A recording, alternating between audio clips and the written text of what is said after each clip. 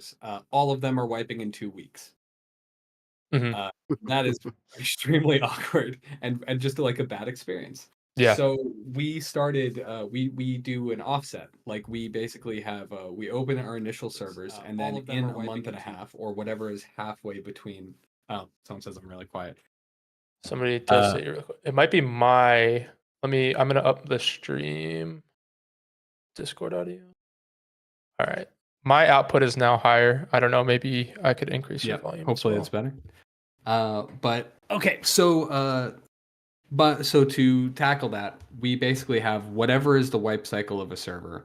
We launch another set of servers at an amount that we think will like roughly hold like whatever the interest of the population hopefully is at like halfway through that.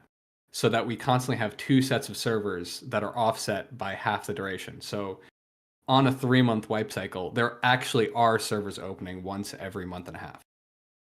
Okay. That's definitely an improvement that you'd like to see. Because like you said, those It's happening people. right now. Jeremy, for server settings, have you guys considered brutal mechanics on normal stats?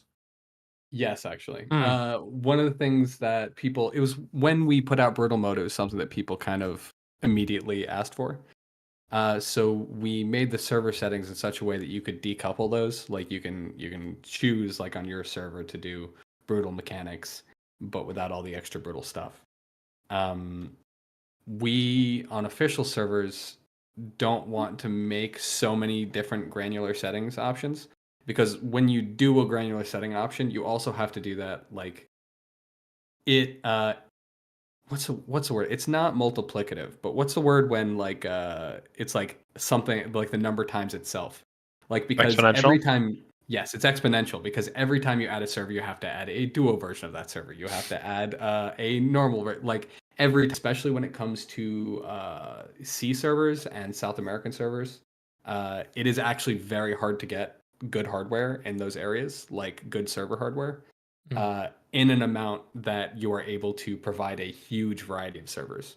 So instead, we're trying to focus on doing a good base experience in as many as we can within that like number, if that makes sense. About maybe having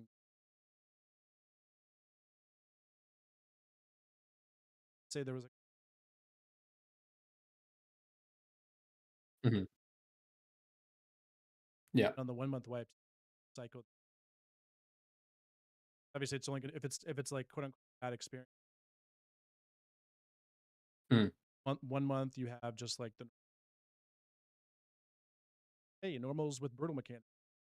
Hey, it's Yeah, I've actually thought about doing that. I've actually thought about having basically seeing if I can get a sort of so like we have the standard amount of servers, right? Like we have like these are all the basic ones.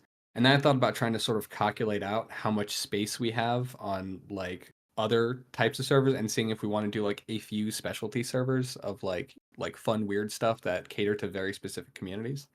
In a way, this is kind of how Merciless servers already are because the Merciless population tends to die out pretty quickly after a patch. It's just a very brutal, intense setting, I guess. But like, no matter what we try with those, there is a very specific community that really likes them, but it is a pretty small community. So we try to have like those servers available, and that's part of why we put them on a 1 month cycle. Also because that community, I think we've noticed like really likes the faster wipe cycle. They really like the starting out fast, and with it being on a 1 month, that actually means it's 2 weeks, right? Because we're offsetting it. So I've thought about that, but I think in one way, it kind of goes against the philosophy, right? As like once you start doing a bunch of like fun setting servers, you start you kind of go against your messaging that we are only offering the normal one, and then you should go to private servers for like the other stuff. I think that starts to eat into private servers as well. And also, once you do that, then it becomes really hard to say no to people who are like, okay, I want a duo brutal, I want to try solo servers, I want to try like all of these other options that are way closer to what most people would want, right? right. That makes sense. So, two good things that have kind of been, or one good thing, I guess, that two people agreed on that was brought up by my chat, which makes sense. Has there any consideration for a more in-game focused wipe cycle?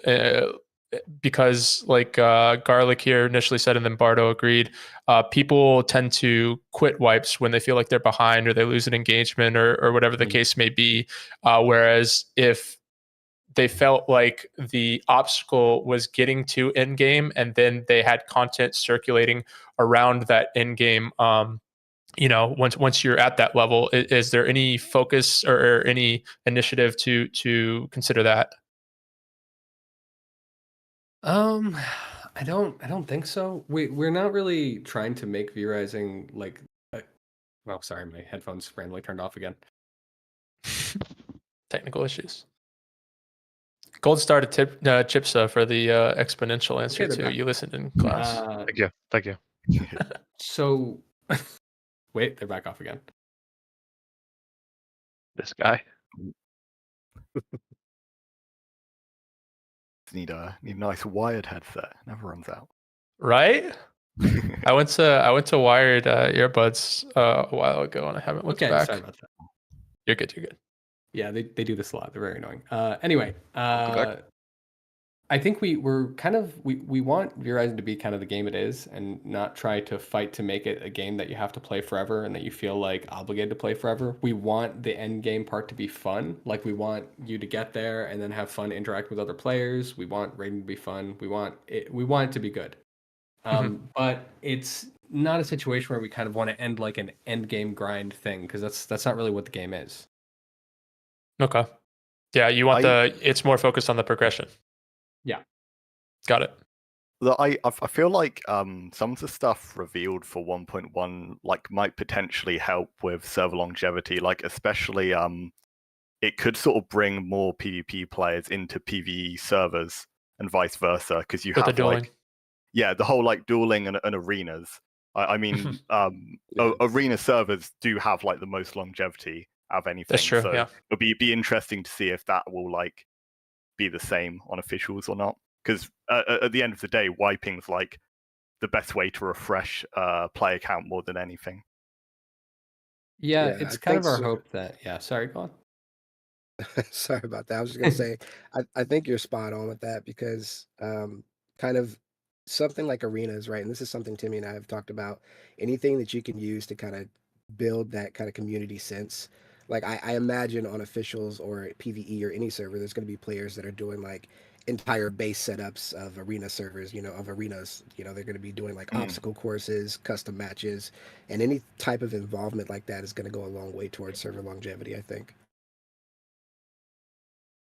Yeah, and I also think one thing that I'm really hoping to see with Arena is that it just makes PvP a lot more approachable. One of the issues with it, I think, is that it's hard to engage with without risking a lot. Like if you can't even start to get into it, like the barrier to entry is like kind of terrifying. But like now, if you're on a PvE server and you just want to try it out, you can. And then if you start to like it, you're like, oh, this might be fun in the overworld. Maybe I want to try a PvP server sometime. And then you get attracted to that and you want to try that out. You get some friends together, you go roll together. Maybe you get wrecked, but maybe you get lucky and you end up on a server with people who like show you the ropes. I know. Yeah. I was going to say, because funnily enough, that's like the exact kind of thing that ended up bringing me to the game long term. Because I initially first played it just as like a sort of quick PvE thing with friends. I didn't really have much of an interest in the whole like open world PvP, but getting to play like arenas where it's just low stakes and like really relaxed, like that makes it a lot more appealing for sort of anyone like me that is more put off by the high stakes, like taking away time from progression and all of that bit. By the way, I just want to ask a little thing on this feature, the new dueling system that we know of. Is it gonna be further expanded so the PvE players can also experience the raiding experience, maybe? I don't think so. Because Probably not. Okay.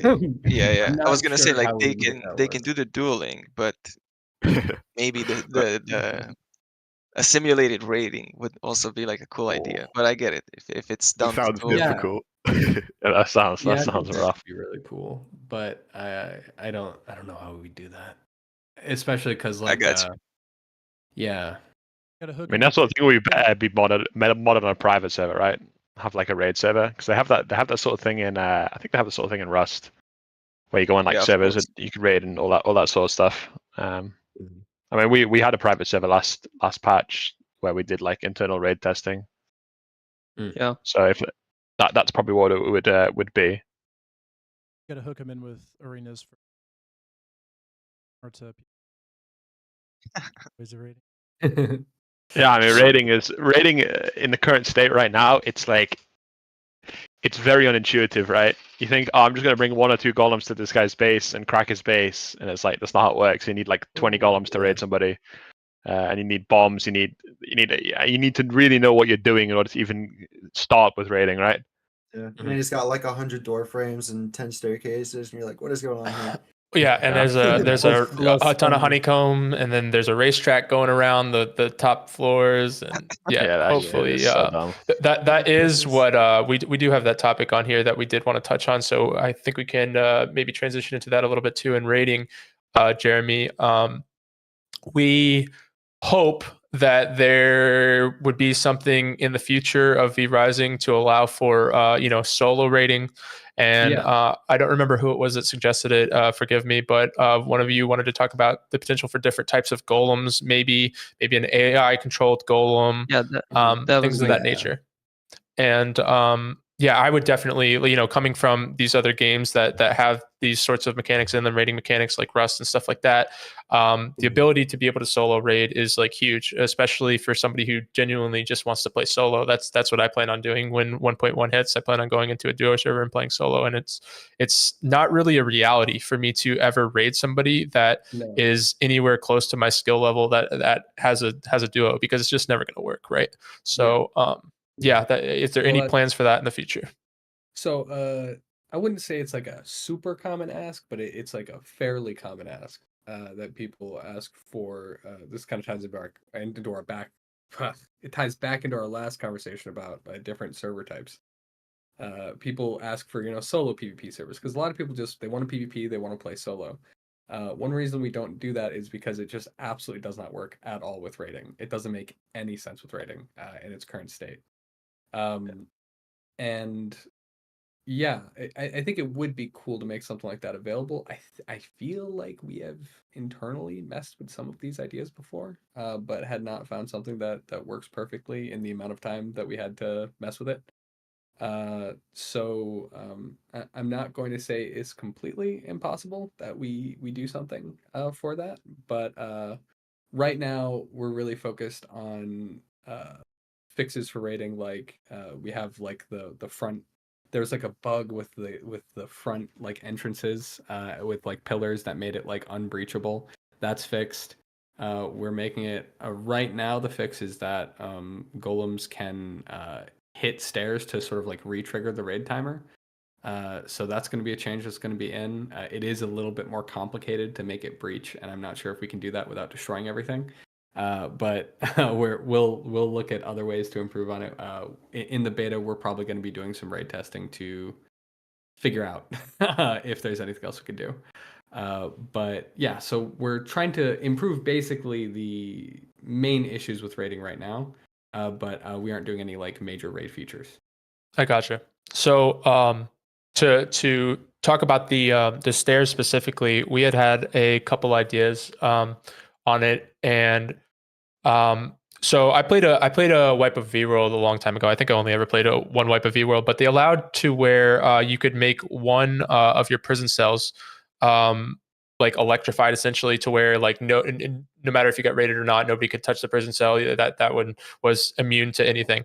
And the potential to have that sort of feature maybe for one stair on each level of floor could potentially alleviate the issue with stairs being just overall impregnable. because if you if you as a base builder choose the wrong staircase because you want to choose a defensive staircase and you're trying to grief the raiders or whatever, then your whole base falls down as a result or something, because you wanted to make that decision or whatever. But having like one staircase or maybe even we also talked about the stairs after being destroyed becoming like ethereal, kind of like when you use a key where they can still be used, but they just aren't there to block you from the sides, but you can still go up them from the front, something like that. I don't know. Yeah. A lot of the problems Yeah. with stairs exists because okay, so I don't know how many of you have been here since early access, but since like the beginning of early access, like pre-Gloom Rot, but there used to be no such thing as second floors, and we didn't do second floors in Castle, even though it seemed like a thing that a castle should have, because V Rising is actually a completely 2D game. It is not 3D. It is entirely 2D, and everything that seems 3D is either a visual trick or tech magic. And that's interesting. I didn't know that. Yeah. So the idea of that's adding crazy. second floors was basically, to us initially, we're like, this is impossible. Like it is impossible, or it would be so much of a mess that it would be such a waste of time to even try to develop it, because we don't know if we could do it, and if we did do it, it would probably be super buggy and have a lot of and be super messy. However, it was in such high demand that we ended up trying to tackle it anyway, and somehow we ended up doing it. And one of the results that came about from that, one of the awkward results, is that the way stairs work now, they cannot be destructible. For them to both exist and not exist at the same time, the way the logic works of how you walk in that space, it'd be bad. I don't know how else to describe it, but it would be bad. Got it. Understandable. Yes. I mean, I'm pretty If you sure I wanna ask- the change that you guys did to make the stairs trigger attack timer when you hit them, I think realistically should be a massive fix to raiding. Like, it's not going to solve the problem completely, but like, it should make it so that you don't, because the problem you had before is if you had this massive maze of stairs, you had to walk your golem all the way through these stairs to hit the wall to re-trigger the attack. Whereas now you can just walk up to the first stair, hit it once, and your attack time is re-triggered. Then, like, you still have to get in there to break the wall to get the breach, but like I'm the curious window to finish is see much smaller. what happens with it, Yeah. because I'm hesitant to say that like what direction it'll end up in. It might end up being exactly the same. That's why we need to test it. Well, I think it's the some rating positive. the completely fixed, because the thing is, the wrong thing, the bad thing about raid right now is, one, the staircases are being abused too much and you cannot hit it. Two, castle entrances don't take damage. And that's literally it. So now the staircases are under-attackable. So this prevents people to put a staircase right in front of the staircase that goes up to the base. So Golem can range attack that and re-trigger the attack timer. So this fixes this issue. And the other issue, which castle entrances don't take damage, is going to be fixed, as Jeremy said. So there is actually like no issue left in raiding anyway. I'm always hestant because people are very creative. They're very creative and good at coming up with new techniques. They will shock you, and that is one thing about being a game developer is it beats the hubris out of you. So You never see all the cases. Yeah, exactly. It's Nova's gonna have a no video. human being can predict what like thousands of other times your amount of people will be able to come up with. So I am not sure, but I really want to see what happens, because there is potential that it makes it disadvantageous to build with lots of stairs. It actually just makes them into a indestructible position that can constantly re-trigger breach, and you might actually want to move them to a defensible position away from the front of your base. And that might actually lend to like more interesting and better castles, I think, that are less weird and awkward. Or it could end up making something way weirder. You know, you never really know.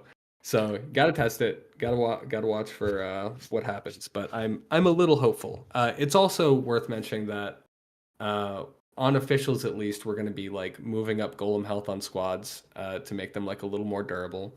And then in addition to that, I think the way it's kind of turning out with like the stat changes, I think vampires are a little more lethal than they were before. I think lethality is a little bit up. So I don't know. I don't know where it's going to end up.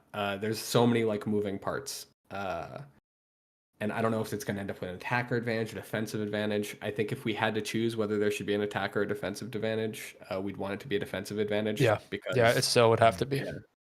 Otherwise, then everybody just gets their base caved in and nobody wants to play anymore. Speaking of one more rating topic that I know we wanted to touch on and people are curious about, the the farming for hours for infinite, honeycombs and racetracks in your base.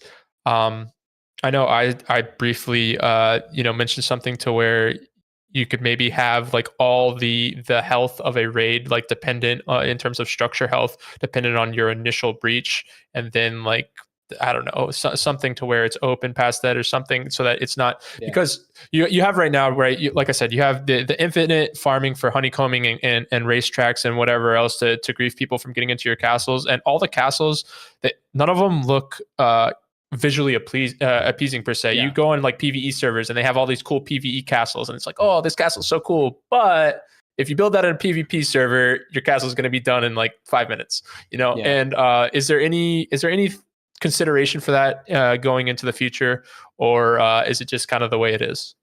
It's interesting because when you think about the way players who are looking to defend their castle above all things think, they are thinking in terms of like, I need to do whatever is the most optimal strat for doing that. So if you make a mechanic that sort of pushes one sort of behavior, the end behavior, in my experience, is usually not, I'm going to make a cool castle. Like, if, for instance, we made only your outer wall matters and the inner walls actually become disadvantageous to make, then you're going to have castles that are one outer wall and a huge amount of empty space, and then like a castle hard on the other side. Or if you go another direction. The funniest option that I've heard, and this is when we were just like spitballing funny ideas in the office, was someone had the idea of if you hit a castle wall and it breaks, it damages the castle wall if it's within one space of it. So like the rubble from the castle wall does a bunch of like splash damage and then makes it disadvantageous for you to have walls next to each other. I have no idea what that would end up doing aside from maybe having like... It'd be a labyrinth. It would just be a giant labyrinth. You just have a honeycomb, but with it would be consecutive layers that are just outside the one space radius. That are one space down. So it'll be Golem already does that. A bit of a labyrinth, which actually, I mean, is what real castles look like. So maybe it would work. But the closest I think we've come to actually encouraging people to make cool castles that look like castles is the room mechanic and the flooring mechanic. I think that actually ended up working really well. But aside from that, I think most of the way, if you put your finger on the scale to try and like force extremely specific behavior, I think you're just going to end up with a different, weirder behavior. So I haven't heard a good solution yet. Yeah, I think the way it is now. What I want to the way it is now. Okay, you go on. Okay. So the thing you could do is, in one breach timer, the more walls you break, the more damage the walls that you hit take. So you first breach, and then you hit like 200 with the golem to the first wall. So then after you break like 5 more walls, it increases to 300, it increases to 400. And if the breach ends, the damage resets to the 0. This might reduce the players that does this long labyrinths, because the more walls you have, the less meaningful they are, but still the players will want to have more walls because it's still at least 1 or 2 hits. Then you'll probably just still have a honeycomb then, right? Yeah, but still, if it provides any advantage at all. The thing is, it will be easier for the attackers. Now it is very favorable for defenders because they can put like in a medium base, I can put like 100 doors to reach the 3rd floor and the 2nd floor, like literally 100. By making a labyrinth, like L-shaped. But then when we have this, when you have the snake. So when we have this, you break the like 10 walls, and then the next door is just one tap with the golem, one tap with the golem. So it will be way easier for attacker to go to the 3rd floor without using a key. It's definitely something to think Well, about, then- especially considering that raid windows are standard 2 hours long, right, on officials. And like, you know, when you think about, you know, raid windows in these games, and normally they're only at the end of the week for a couple of days, you want to get as many raids in as possible. You know, some bases that like I'm sitting there looking at, and I'm like, oh, I know I could raid that. I could definitely raid that. I could get the loot out of that, but it's going to take me better part of an hour and a half to raid. So, you know, it's not going to be fun. I'm going to be banging my head against the wall literally for like an hour. I'd rather just raid a bunch of these other bases. I can raid. It'll take 30 minutes each to raid these. Maybe they have something, maybe they don't. But at least I don't have to like. Yeah, I'm not playing the knock wall down simulator. You know. Yeah, I think one thing that actually, because a big factor of that is also like, if I raid this place, will it actually be worth it? Like, will it be worth the amount of time and resources I put into doing this? It is and I 90% think- worth. Yeah, it's like it can be kind of a huge emotion- issue, and I think Just the emotional damage something- that's the real benefit. yeah, Yeah. but I think something that affects that a lot right now that we put in is the clan hearts. I think like limiting the amount of castles you can have limits also the amount of vampire boxes you can have and your ability to take things and like move them between castles. There's a little bit of pushback when we announced that there would be 1 castle heart per PvP server or per squad on PvP course. servers. Yeah, No, that's good. I think Yeah, that's great. I think it should be 1. No, it but- certainly should be 1. There's nothing. Definitely I mean, should be 1. you don't want to like getting through a base, because that's the end game, right? Everybody's going to build up all their bases so that they all Right. look like the loot store, and then like the knock wall down simulator, and then an hour and a half goes by, and you're like, oh, we got nothing, guys. It only cost us all these resources to craft all these golems, but these guys had it in one of their 3 other bases. So yeah, no, I completely agree with that. Yeah, so I'm kind of looking at this as potentially a transitionary period where we're kind of getting people more used to the idea. I think like the jerking back from 4 castles to 1 castle might feel a little extreme, and I think people will look at what happens on duo servers, and because duo servers will only have 1, and they'll be like, "Wow, that's so much nicer." And then when we transition over, I think people will be much happier. I think that's going to help. Or maybe I'm wrong, and it'll end up that 2 castles is better. I don't know. We'll see. But I was going to say we can adjust this at the wipe. Sorry, I was going to say I think it's going to help PvE servers so much too. By the way, the I hope castle heart so. thing so much. Yeah. There's so much. The thing with so having much multiple fun with castles, Farbane being full. Yeah. the thing with having multiple castles on PvP servers is a lot of times, let's say you win the raid and you got the key, whatever. You get up to the loot room and they've already shuffled 90% of the core loot you want into the castle. That's, you know, couple plots away or whatever. That's a huge issue with raiding right now. So going to the 1 cuts all of that out. As far as like the whole race tracking and all that, I'm not too keen on we need to adjust anything in terms of, and this is me playing devil's advocate that way, but I'm not too keen on thinking we need to adjust anything more than what you already spoke about with the stairs, because we already have bombs, we already have keys to kind of like get rid of all that. And a lot of players are going to want to feel safe. Like, you know, if you take the time to farm loot, you don't want to have some guy that comes in more experienced and just breeze past everything you've done because you're not aware of the game mechanics. So I think we'll be in a fairly decent spot. Fingers crossed. You know, we still have to do some testing to get our hands on it to know for sure. But I think it's a huge improvement. My next wish would just be for more mechanics to actually get Siege or get Breach. That's funny I you have mentioned one that. thing to say. Go ahead, Okay, Donkey. go ahead. Go ahead. No. Are you sure? Go Are you ahead. sure? Okay. Listen, one thing about the rating that I would like to see with these changes that you specified, where a lot of the things that were abused even in 1.0 are going to be gone. One of the things that kind of makes sense, but is not a thing in V Rising, is having walls be more durable than doors. Because as we have the game right now, we have a lot of door spam. And everybody is encouraged to place doors instead of walls, because why not if they're accessible and they have the same HP? So that change where we have walls be proper walls, and you know they're going to be twice as durable maybe than a door, it actually forces people to put more thought into the way they design their base. One of the issues with this door spam is even at the edges of the base, Verdult is a master builder, and he can explain the best how you can abuse this right now by constantly going in and out of your pretty much Yeah, what should have been your wall, the it's most always outer side of advantageous your to base. have a wall that you can open and shoot at them from, and then close the wall. I mean, it is Yeah. just better. Yeah, I Yeah. agree. I've thought about this a lot actually, because on one hand, you don't want your entrance to suck. It's like it's kind Right. of unintuitive, but Right. it's like I would expect the entrance to be good at not being forcibly entered.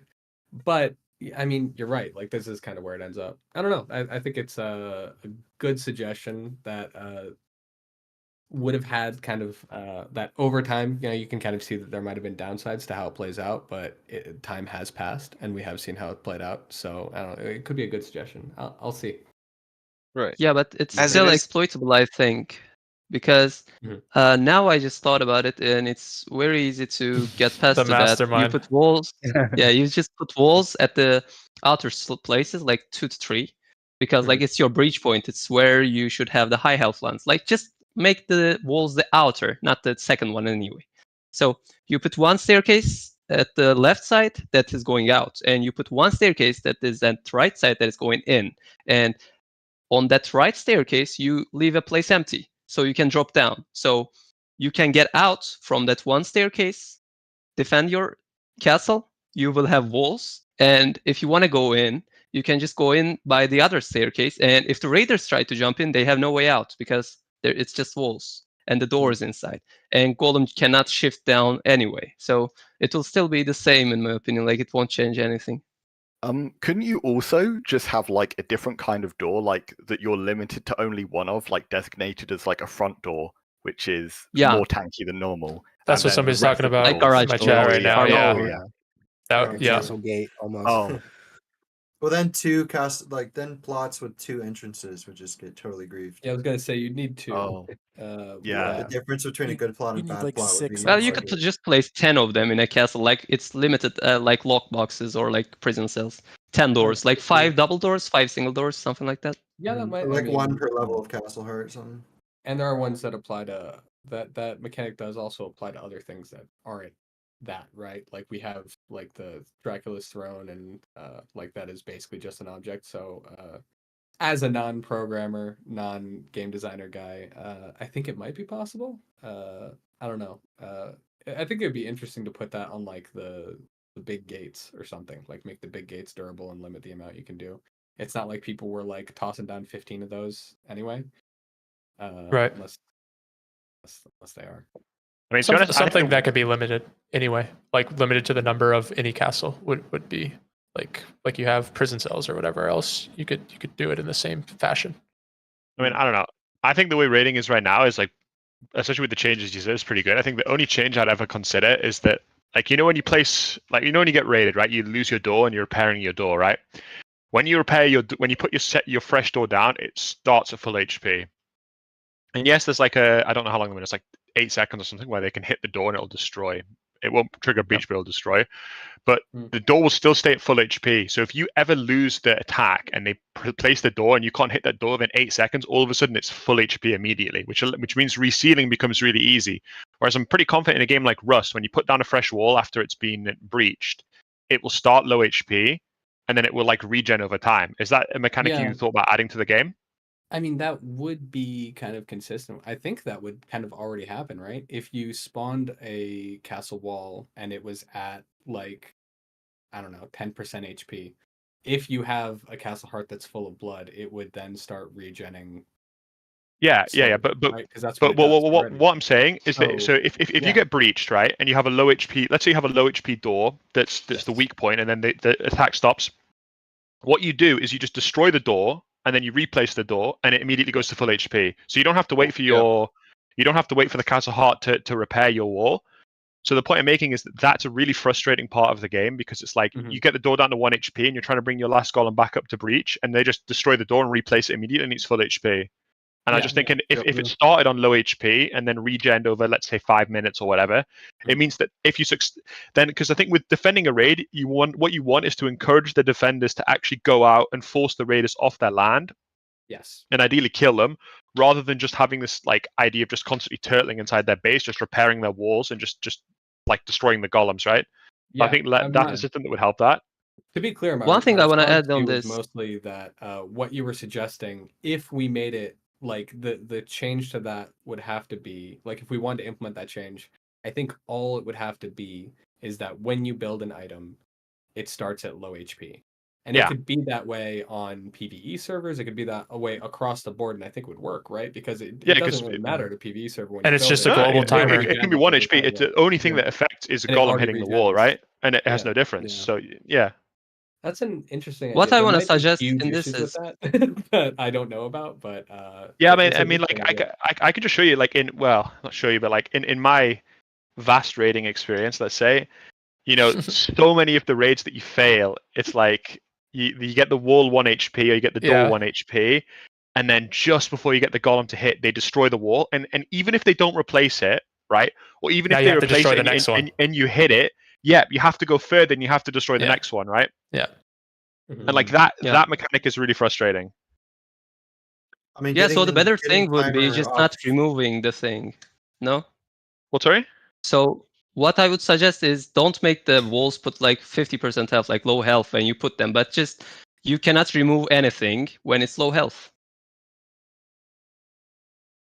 Yeah, I mean, Oh, I see what you're saying.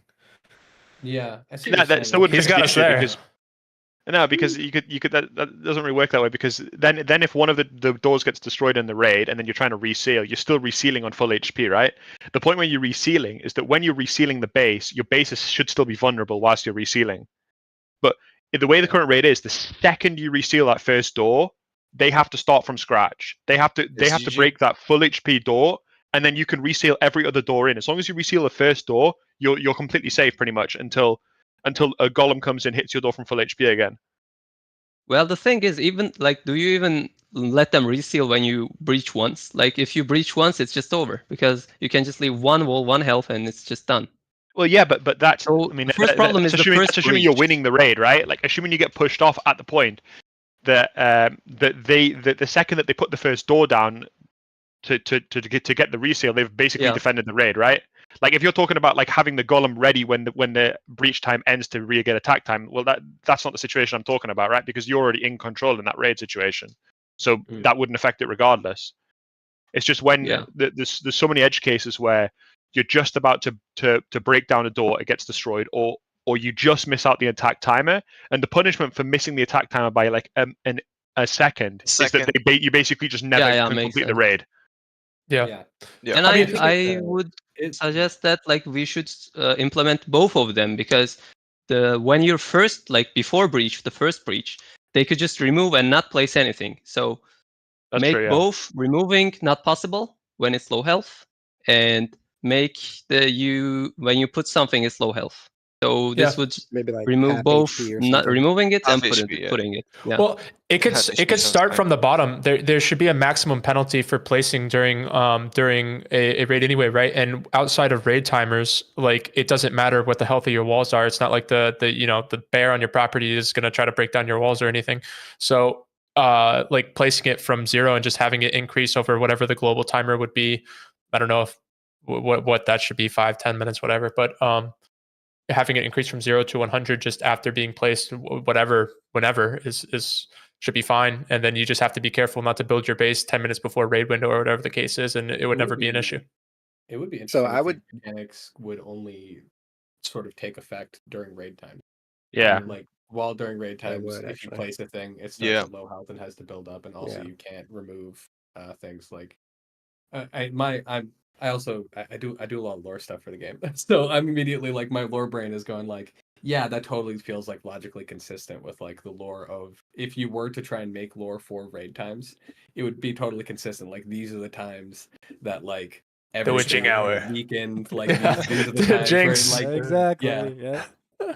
and like therefore like when you build stuff it's weakened, it's the time where you're vulnerable. Like that would all make a lot of sense, I think, like intuitively. Wait, Holy shit. now the that you lore. say stuff like this, did you guys ever think of making the raid time?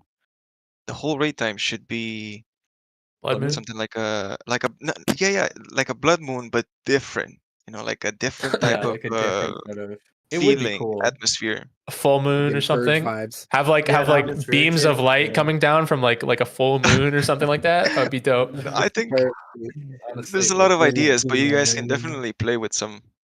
Well, Yeah. I think in theory, making it just night would be nice, because there is like a pretty obnoxious form of defense called like the sun defense. I don't know what you want to call it, where basically you have your entire bottom layer, you just have floors, you don't have any walls, and the entire enemy team during the day is just getting absolutely blasted by the sun. And because you have Yeah. you can just go in your castle, it's really annoying to play. I mean, I don't really know that would make much of a tangible difference, and I guess it would also lessen defensive diversity, because that is quite an interesting strategy. Yeah.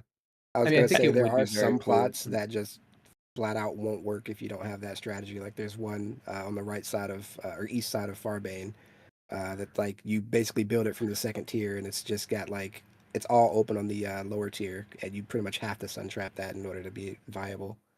That'd be the only issue. And you just add umbrellas as deployables, so you can counter that. Well, Wait, Umbrella so RP, I so like it. somebody talked about an eclipse or an eternal night. It makes me think of like Avatar: The Last Airbender, if you guys have seen it, when the comet comes or whatever, during the raid timer. watch But that anime, sorry. also, okay, you're booted. Anyway, the it kind of makes me think of something else though that we don't actually have on the list of topics that we wanted to talk about, but something that I thought about that I forgot to put on there. The sun, obviously, I get it's part of the lore. It is very frustrating on vanilla settings. Very, very, very frustrating. And I was wondering if there would ever be a possibility of an item, sort of like how you have, capes that block out garlic resistance, holy resistance, whatever else. If there could be an item maybe where you get off some boss where you could build it, and maybe it's a different form of jewelry, or it's a hood or whatever else, and you could wear it, and maybe it blocks out 80% or 100% sun, and then I don't have to punch holes through my monitor when I'm trying to PvP and I'm losing 80% of my health to sun or something. Use the blood key. Yeah, blood king. Yeah. Okay. I don't think so. We've experimented with that idea before. We had like there used to be an armor, and if you could get through the debug commands, that was the Twilight set that basically removed sun resistance. It's a thing I think we played with, and then the more because there was a period of time where we were like, we don't know. As a game developer, there's always a period where you're like, I don't know how people are actually going to receive this. And for some time, I think that was us with the entire sun mechanic. We were like, are people going to find it super annoying, or are they going to like it? I was thinking, yeah. It was obviously a little mixed, but we were actually, surprisingly, people like it way more than they find it annoying. Yeah. And which made me happy, because I thought it was, it makes our game more interesting and more unique and more vampire-y than your average survival game. I think it's a really cool mechanic, because it also in PvP it acts almost like a pseudo equalizer, right? Yeah. Because like, even if you're a really good player, if you get caught in the sun with your pants down, you're gonna get fried. Yeah. So and as well, like, I don't know if you guys ever do this. Maybe it's just me. If you play too much V Rising, you go outside in real life, and then you stay in the shadow. No, I've never done that. Is it brain, bro? Never done that before. boys. That's Sorry. funny. I don't think that's happened to me in real life. I think I have transitioned off of like a long like V Rising sesh into another game, and I've found myself trying to stick to the shadows and then just being like, wait a minute, what am I doing? Yeah, that's funny. I was thinking about like diversity of tier 3 cloaks on a farm, tier 3 cloaks. Yeah, having a little more sun resist might be good. I don't know. As a not a designer, just my whatchamacallit, my disclaimer. I'm not a designer, so there can be, maybe there is a place for it, and maybe ultimately not up to me. Well, I think with the sun as well. Generally hesitant to add something. So like there are some types of gameplay that I think we're okay with removing, like like a game feature essentially. We're like, yeah, we're okay with removing this because it feels good. to become powerful enough that you no longer have to worry about this anymore, right? Especially when it comes to like Q quality of life features and stuff like that. Like you get to a certain point and you're like, I am too important to be doing this anymore. I have other things that do this for me. A lot of that is like some of gathering materials, for instance, like a lot of gathering the lower tier materials. I make my servants do that, right? I just put them on missions while I go do the other important stuff that I care about, to a certain extent anyway. But I think the sun is one of those things where it's like if you removed that, it would be like removing an entire element of the gameplay, and I think it would end up feeling more bland than it does good. Smoke bomb. This kind of brings me to Smoke bomb. That would be cool. Smoke bomb. Smoke bomb would be cool. Okay, that kind of brings I me go to back an on everything I interesting said. I question. love smoke bombs. So, have you ever considered or internally talked about adding more dynamic events, like to pair with the blood moon? Maybe we could have like an eclipse setting that it happens during the day. Mm. That could be cool. I think that'd be interesting. I have already written down in my every time I go into one of these chats, I have a doc open where I'm just writing down suggestions. Hell And yeah. I already have eclipse written down here, so I'm way ahead of you. Dynamic Nice. events. Nice. I want to touch on one thing real quick, and then there was a couple points that I wanted to go back to about the rating before we move on from that. I don't want to linger too long on rating, though. I know everybody wants to talk about rating, but we could go on for hours about that. The one thing real quick that all these topics are from Royin. Royin is like the GOAT here, coming up with all the good stuff. Oh God. As far as the Shroud of the Forest goes, right? You end up in a scenario where once you craft it, you're having to hot swap, and then the cape kind of really has no real use outside of the forest, and it's kind of just like, oh, I went to the forest, but I forgot my Shroud of the Forest back at base, and it's kind of just it's kind of an in between thing that doesn't really have it. It's like you know what I mean? Exactly. You know what I'm saying? Is there a possibility that maybe we could get that in, like I said, like a different gear slot, like maybe a specified gear slot specifically for that item or something, so that we're not constantly having to swap back and forth and or fourth. There you go. You got me saying fourth. Or I got to go back to get my shroud, yada yada. And it's, you know what I mean?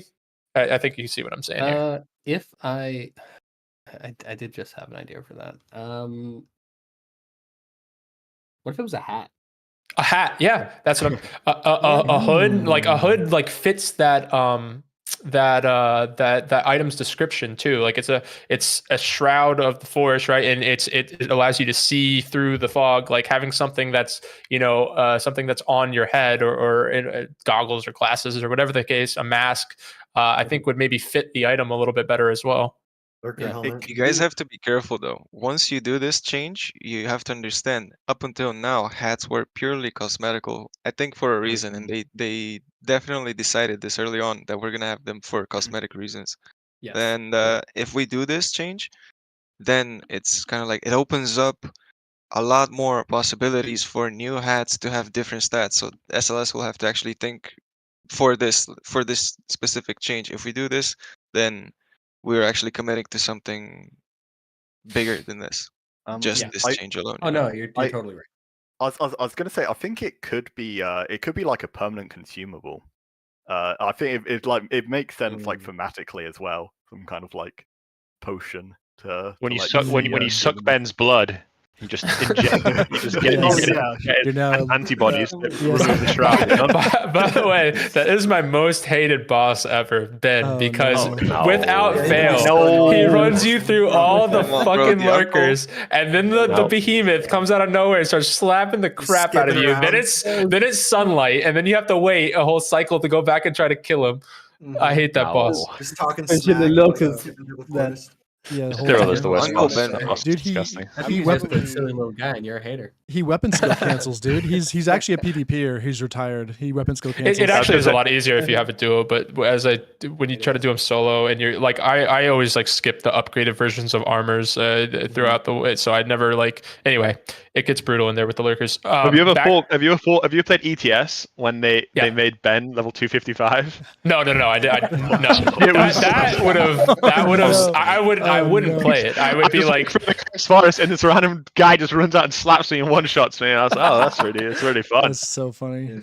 Thank you, Godwin. Before we move on too far, Jeremy, there's a bunch of hats like the Lightweaver crown, Night Lurker helmet, stuff like that you can spawn in 1.0. Are those available in 1.1 finally? There are, I think, 4 hats that weren't available before that are now available. I think Okay. Ever Night closer. Lurker one isn't one It's of like them.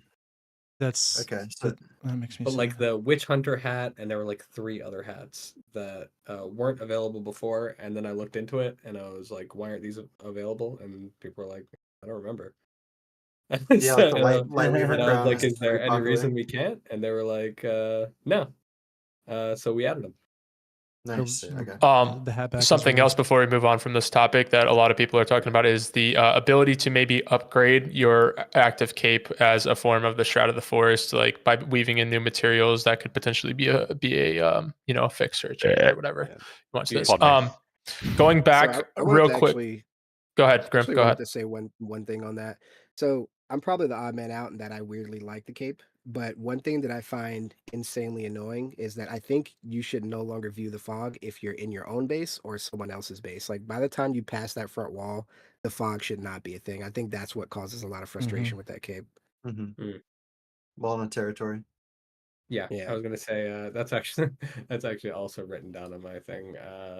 If in castle, no Brothers, fog. Figures, Yeah. and then I just also wrote protection on castle plots. I should be able to throw. 'Cause that's the No, no, thing no. that's It should be only once it's a fully built stone castle that the Yeah, fog's yeah, removed. for Because sure. up until then Yeah, it's just yeah. outside. Yeah. Yeah. And then when No, you I bring agree. it, room like, with Once you have a roof. roof. Within fog your like rolls in castle. or Yeah, whatever. if room with roof. Yeah, no fog. Yep. I should Roof. be There able you go. to capture the fog and be able to throw it at people whenever I'm running through rifts. Oh, that's crazy. That's crazy. A lot of people are talking about a permanent consumable too. They like that idea. Okay, going back to the 2 topics that I told Roy and I would bring up that are definitely worthy of bringing up about the raid. As far as keying a castle, the animation to unlock the castle heart takes forever, and the defenders can just come out and poke you with a stick and then run back away, and it interrupts the animation every time, and it can be very hard to key a castle when his argument is that once you get to the castle heart, that should be kind of your victory lap of the raid if you're choosing to key the castle. He said that a potential fix to that could be that the castle heart has some sort of HP that once you knock it down, the animation could be a lot quicker. Either way, obviously, I too agree with him that the animation is too long, and the fact that it's interrupted by damage and can just be kind of in that infinite loop is a little bit of an issue. It's my castle. So I wanted to bring that up. It's my castle, Civil Spectre. Okay, stay out of it. All right. Get out of there. Stop putting a key in there. The other thing he brought up, which is a good point too, is the 60-second attack timer.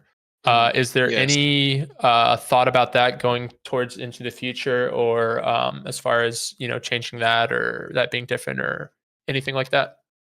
I mean, it could. I'm super open to suggestions about that. When it comes to the, sorry, let me do one at a time, so I don't miss anything.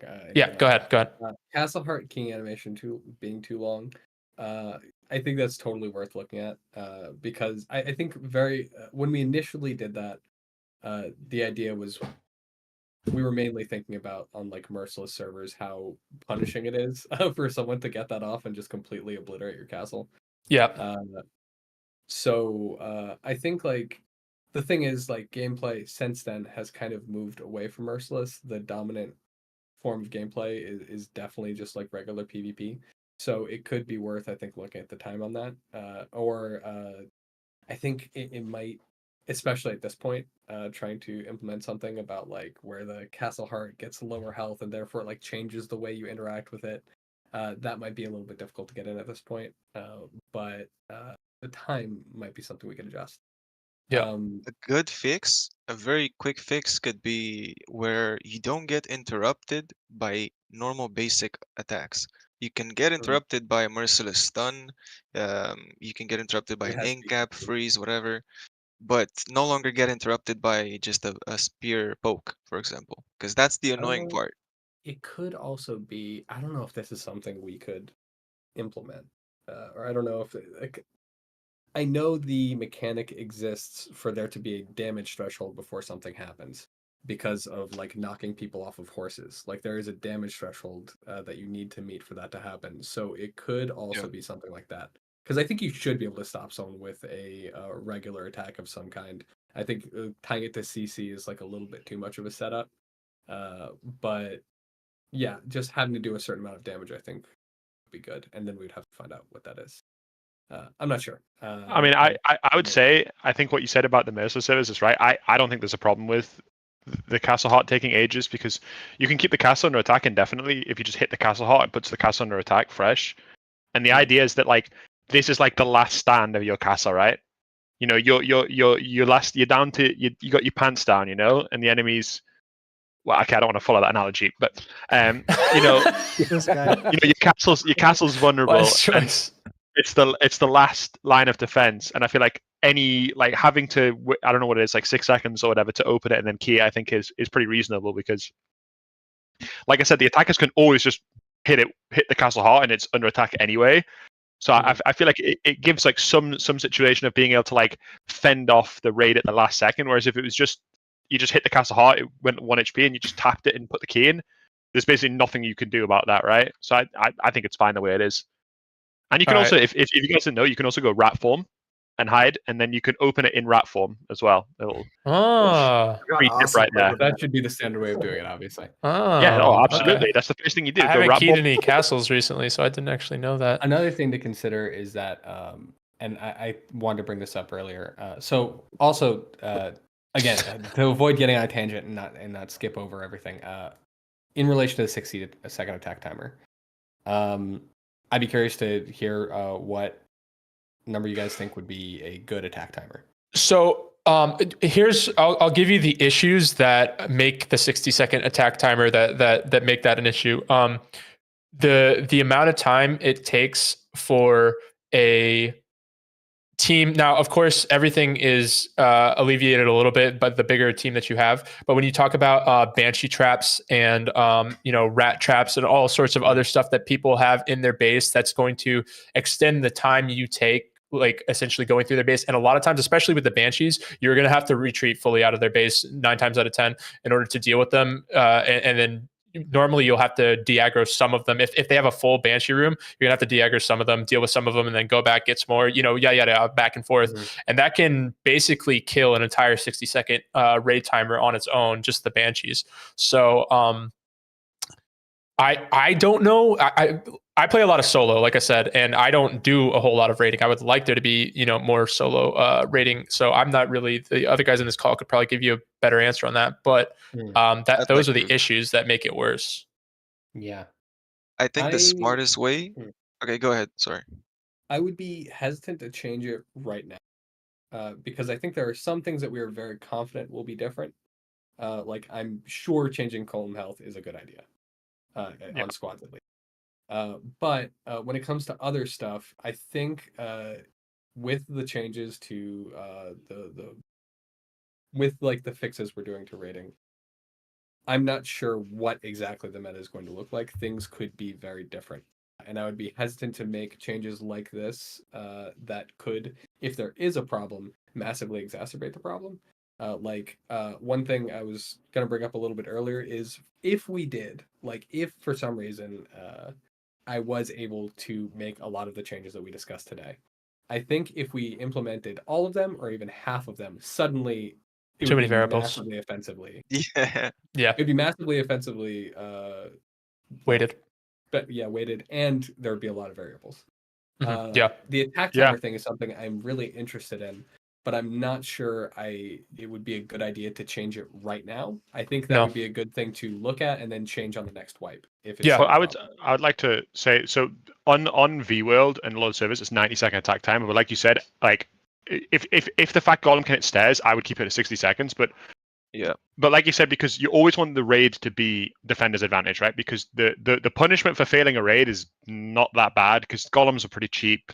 And once you have endgame, if you know how to farm, especially if you do chips or strats, you can pump out Golems like crazy. Yeah, of course. So being defensive bias is always good, but the one thing I would say is it should be an option to have in the server settings to change the attack timer, because I'm pretty sure that you can change the breach timer in the settings, right? but you can't change the attack timer. So I don't really see any harm in having that as a setting, because then private servers No, I don't either. can change it, from 60 to 90. And then if it's 2, blah blah blah blah blah, and they can fiddle around with it. Because right now, I think like when they had it on 90 seconds of VWOD, like they had to go through a whole hassle of little blah, blah, blah, modding to get it set up. So just having it as a little private server setting is would definitely be like significantly easier in that way, and it'd also be easy to test different timers. Exactly. Yeah. A lot of people will be testing different numbers. Yeah, and it probably should be weighted based on the combination between the amount of the max team size on the server and the amount of banshees that somebody can pump out. I'd say that's probably the best correlation for what the attack timer should be in terms of the formula there. Interesting. I think it would be good to. I think that's really interesting. Oh, my brain just died. I completely lost my train of thought. Sorry. All good. All good. We forgive you. You'll think about it in 20 minutes when we're talking about freaking something else. Then you'll be like, oh. Like, anyways, okay. Like treasure rooms? The last thing from Royin. Royin, no more freaking good ideas because I keep having to talk about raiding before we go into the next subject. There's no indication of when your golems will despawn, and it's customary to drop a bunch of golems at the same time. You'd start a raid, do whatever. And then, for whatever reason, maybe you forgot which one you placed in what order or whatever, something happens, you're fighting. A lot happens during a raid, right?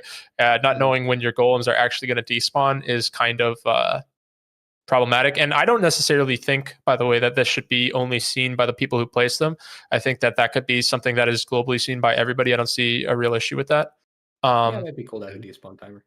But that could be it's on my list. I don't even think like for a visual cue for that, how golems have kind of those red cracks, like that red aura that they have could just dim or eventually fade out, and that'll be a signifier.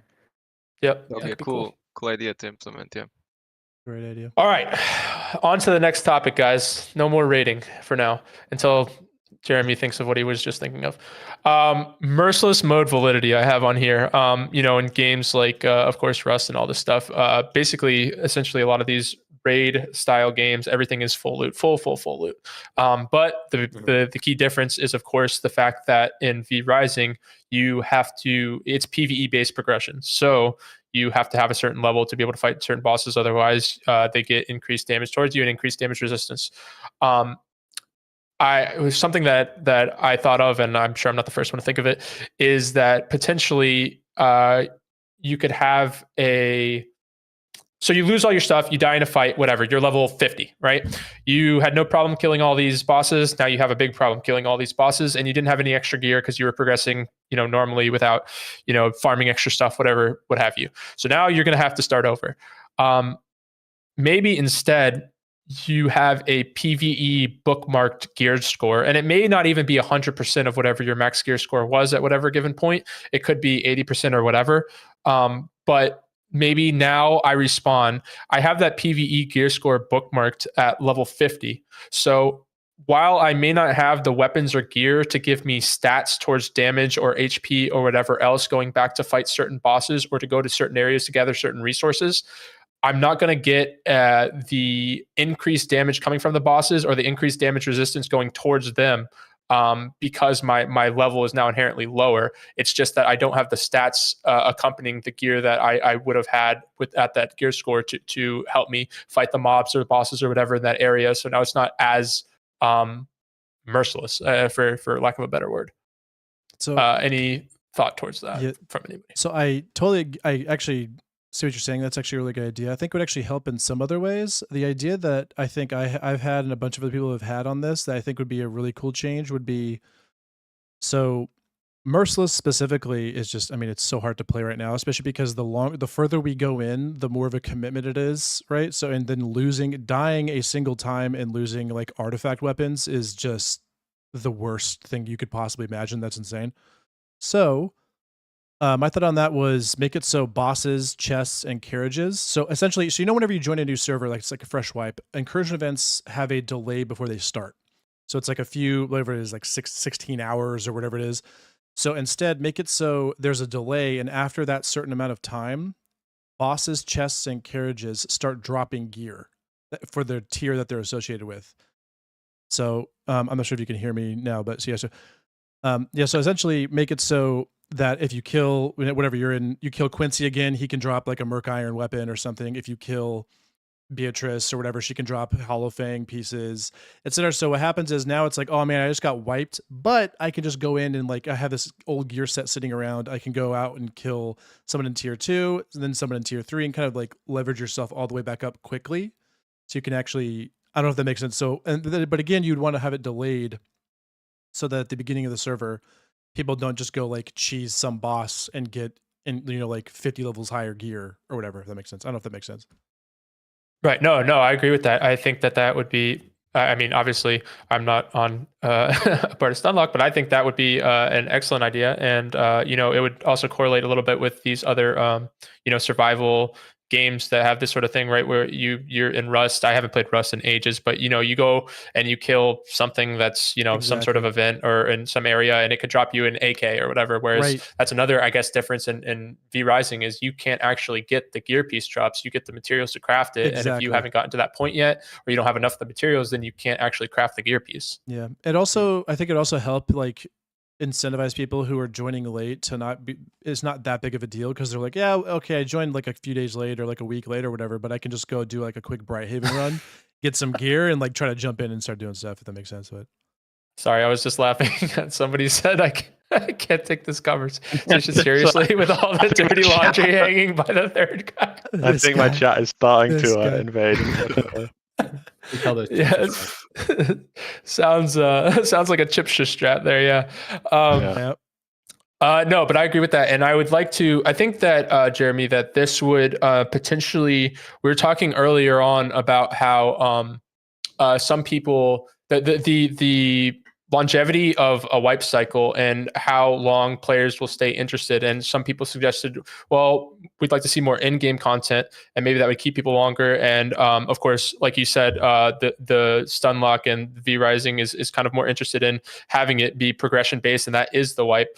I think that Merciless is kind of that that maybe bridged gap between those two thought processes there, because having a wipe where you get to end game and then like you still want to kill people and get their gear and raid people and get their gear, and because hoarding gear is essentially hoarding. So in non-Merciless, hoarding materials so that you can always have whatever gear you want is the end game, right? In Merciless, you would want to hoard gear so that you always have the gear, and having more validity to Merciless to where people could actually play it and it not be like this thing where it's like, oh, I died once, now I got to quit, would kind of I think capture a large part of the player base that maybe doesn't have as much fun playing other game modes, I guess.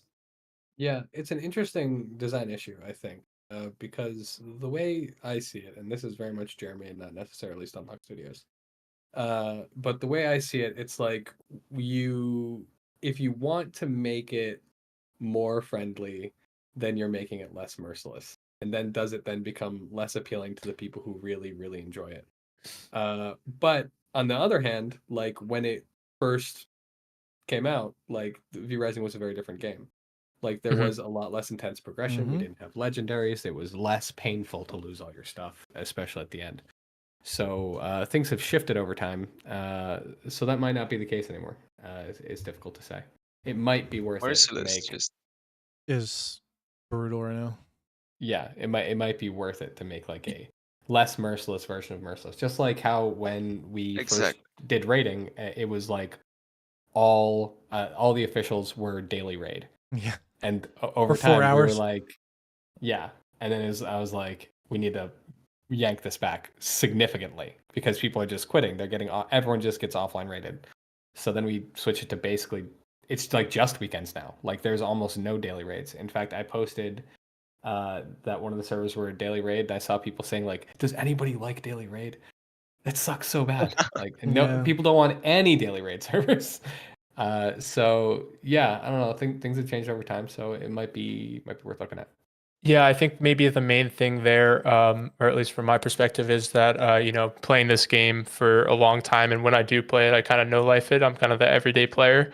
I mean, you see the Merciless population plummet. Like it'll obviously skyrocket with the rest of the population whenever the big updates happen. But I mean, within a month, like you can't find a Merciless server with double-digit players on it. And I think maybe the consideration there might be the player base that's currently playing Merciless, which is definitely very small, versus the player base that could be, I think, is potentially a lot larger if some changes were made to make it less Merciless, I guess. Well, I think like just having the super accelerated progression from being able to get like full gear piece and stuff would offset some of the annoyance of losing everything. Like I really like the idea because there is the whole thing of there's a lot of bosses that are like easier to cheese at lower levels, but I think that's like kind of in the spirit of Merciless anyway, because you basically have that kind of thing with if you manage to kill a higher level player, you get all their gear immediately and you're springboarded up to high levels. So I don't think there's much harm in being able to do same kind of thing like PvE side. So I haven't played much Merciless, so I'm not aware. But when you die in Merciless, do you also drop your jewels No. or skills? Like your okay. No. Holy shit, that would be crazy. That would be. Oh my God. Just a little pinata and you die. Just all these jewels. You spawn back in the tutorial, back to Lumbridge. I definitely think one thing I think with Merciless, I don't think you should lose your cape. I actually don't know if you lose your bag on Merciless. I haven't played Merciless in 1.0. Oh yeah, I don't. But you shouldn't lose your cape and you shouldn't lose your bag in Merciless. If I lost a perfect mistrans jewel, I'd be I'm in out. global chat. Peace. Peace out. Back right now. Yeah. One of the things about making Merciless kind of playable in today's settings of V Rising would be, instead of just losing your entire kit, would be maybe losing 1 to maybe 2 items instead. So some random items in your gear could drop instead, and so you're not completely out of the game. But of course, you can't just run it back now that you're, I don't know, like 7 to 8 gear score lower than you were just a minute ago. I think the fundamental So problem that could be something. in this game is that in order to Your mic, competitive Chipsa. in oh, sorry. Hello? Yep. You're good. I think the biggest problem with Merciless in this game is the fact that in order to be competitive in PvP, you need to be using like basically between 6 and 8 weapons. And then when you die, that's a good point. You have to then craft 8 weapons again, which is super painful. And even when you kill someone, almost all your inventory is just all their weapons and their gear. And I think that is like, if there was a system like when you kill someone in Rust, right? You get their armor and stuff, but generally they have 1, maybe 2 guns, right? Like no one's carrying 8 guns in Rust. But because you carry around 8 weapons, it makes the logistical side of playing Merciless really annoying. Like that was the biggest issue I had when I played Merciless. Like I remember me and Biscuit played Merciless at 1.0 at the start, and it was like you'd kill like 3 or 4 people, and you just didn't have enough space in your base to have all their loot. Yeah. Because everyone was carrying around. I mean, this is even in Copper when people were carrying around only like 2 or 3 weapons, and when you get to the end game and stuff, that problem just gets exacerbated by such an incredible degree. So outside of changing the weapon system, which I mean, I think the weapon system is amazing, so I don't really know how you'd ever solve that problem. And then I think obviously the suggestion someone said earlier that of having it so that like weapons can drop from gear chests, from like loot as well, from mobs or from chests, I think is something that would also be needed to be in Merciless as well, to allow you to like accelerate your progression. But I don't know. I think Merciless is cool as a concept, but I don't really think it works in V Rising, at least not long term. Yeah. It does seem like the way things have, like I said, the way things have progressed, it's kind of moved away from the sort of game where I think Merciless works really, really well. And I think we like to keep it around, like for the people who really like it, and I want to keep it running, and I don't want to take anything away from everyone. But also, it does seem to me that the amount of changes it would make to make it work are basically like designing an entirely new game mode. Agreed. That's fair.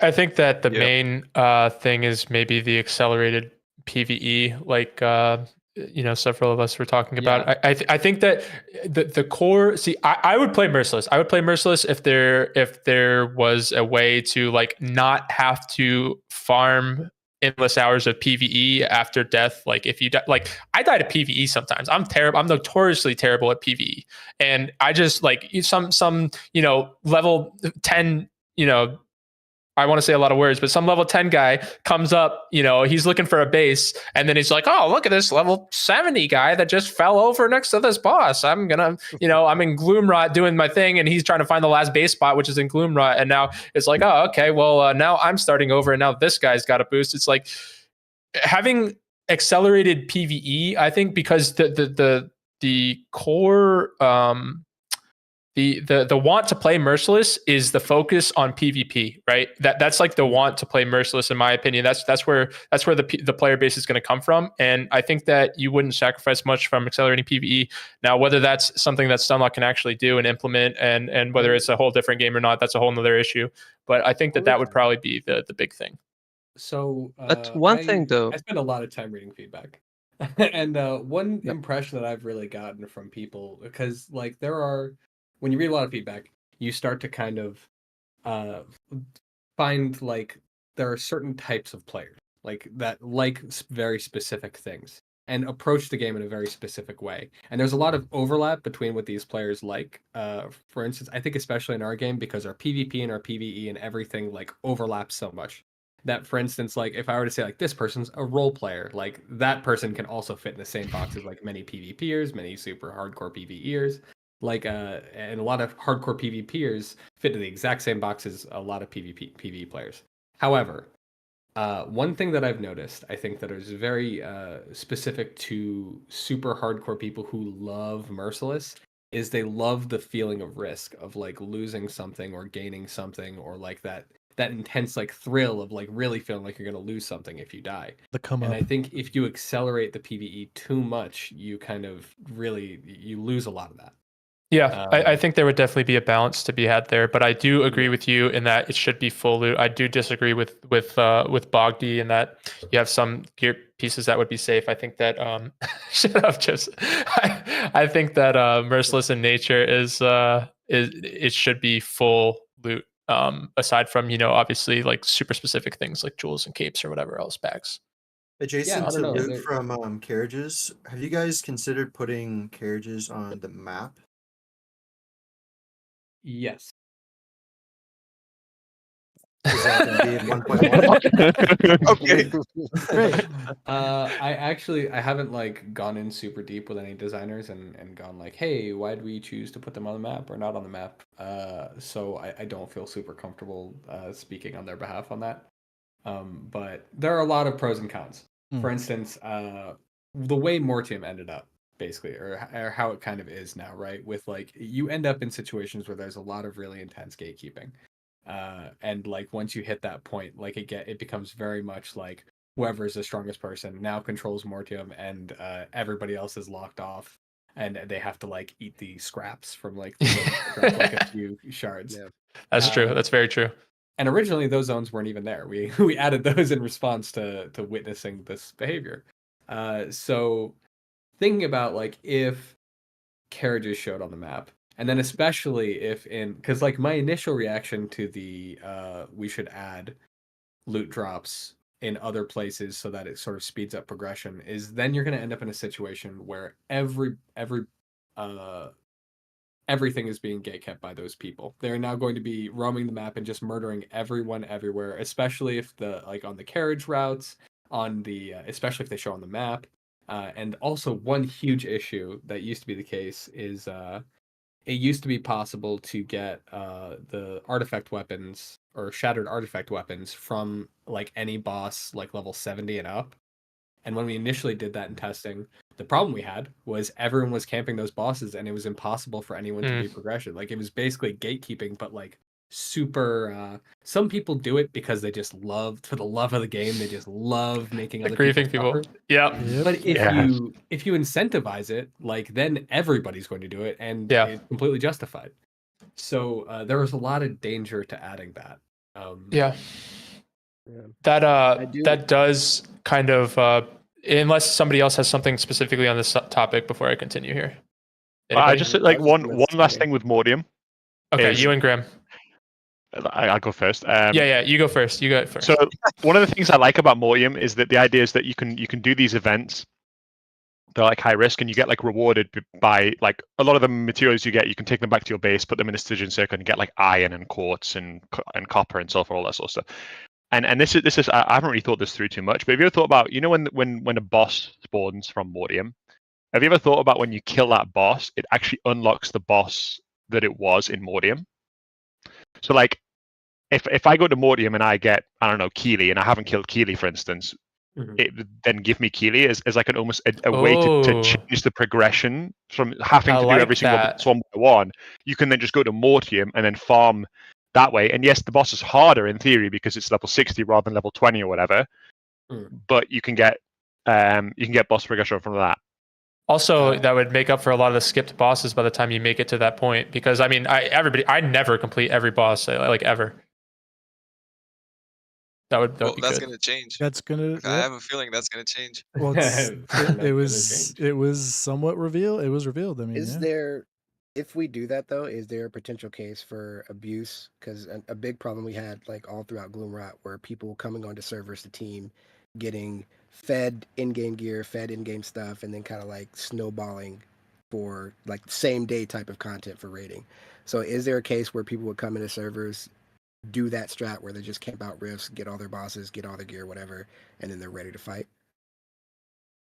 I mean, it wouldn't necessarily be faster though, right? Because No, it you're definitely kind of wouldn't be relying faster. on RNG to, like it, it'd technically be faster to do just go to Farbane, just like nuke through all the tier 1 bosses. Like it's a pain, but it would be faster. That's a fair. It would. That's fair. I think it would create some very niche strats. Gives a strat. I mean, I'm not sure. Niche strat. I'm not. Skip laundry, farm mats. Yeah, just never kill Keely until the end of the game. Yeah. Without talking to any designers about it and thus being unable to speak for them, essentially, my initial reaction is that it seems like an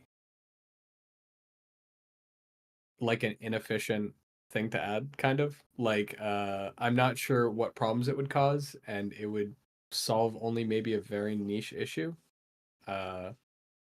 So yeah, that's fair enough. Maybe probably not. I think the only person it would affect was me. So yeah, I have an idea of what I want to do, and that would be part of it. Speedrunners. It would help the speedrunners maybe speedrun better, and which would be problematic to the Timmies. Not because it's like the idea is that I want to accelerate my progression, but do it in a way that causes risk, right? So I go to the Mortium events to get bosses and to get loot, but then there's always the risk that I can get ran down by like 15 clans, right?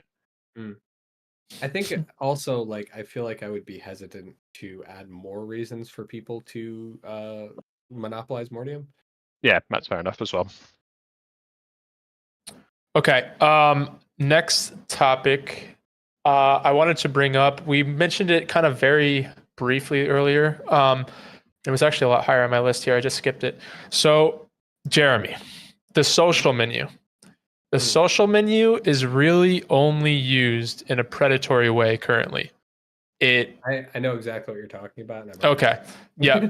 I mean, aside from the first 5 minutes of the game where you're like, yeah, let's clay it up and do our thing. Other than that, it's only used to make sure your raid target is offline.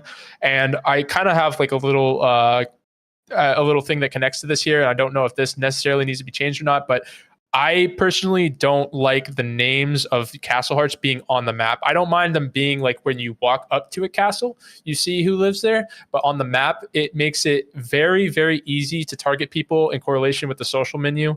And I don't think that's necessarily healthy for a game with this sort of structure like Rust. Like think about if I told a Rust player, hey, I can tell you exactly whose base is who and when they're online.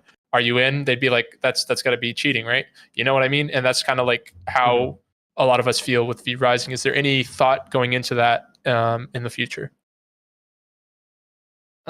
Yeah. I mean, there are issues with it in terms of like, I almost don't want to talk about it because I don't want to like spread it in case there is anybody who doesn't know about it. But like, there are other ways to use a social menu that are problematic. Are that you I have, are you potentially referring to the top of the list? Yeah, maybe. Yeah. Okay. Yeah. There are things that I need to check in about to see if we did change them.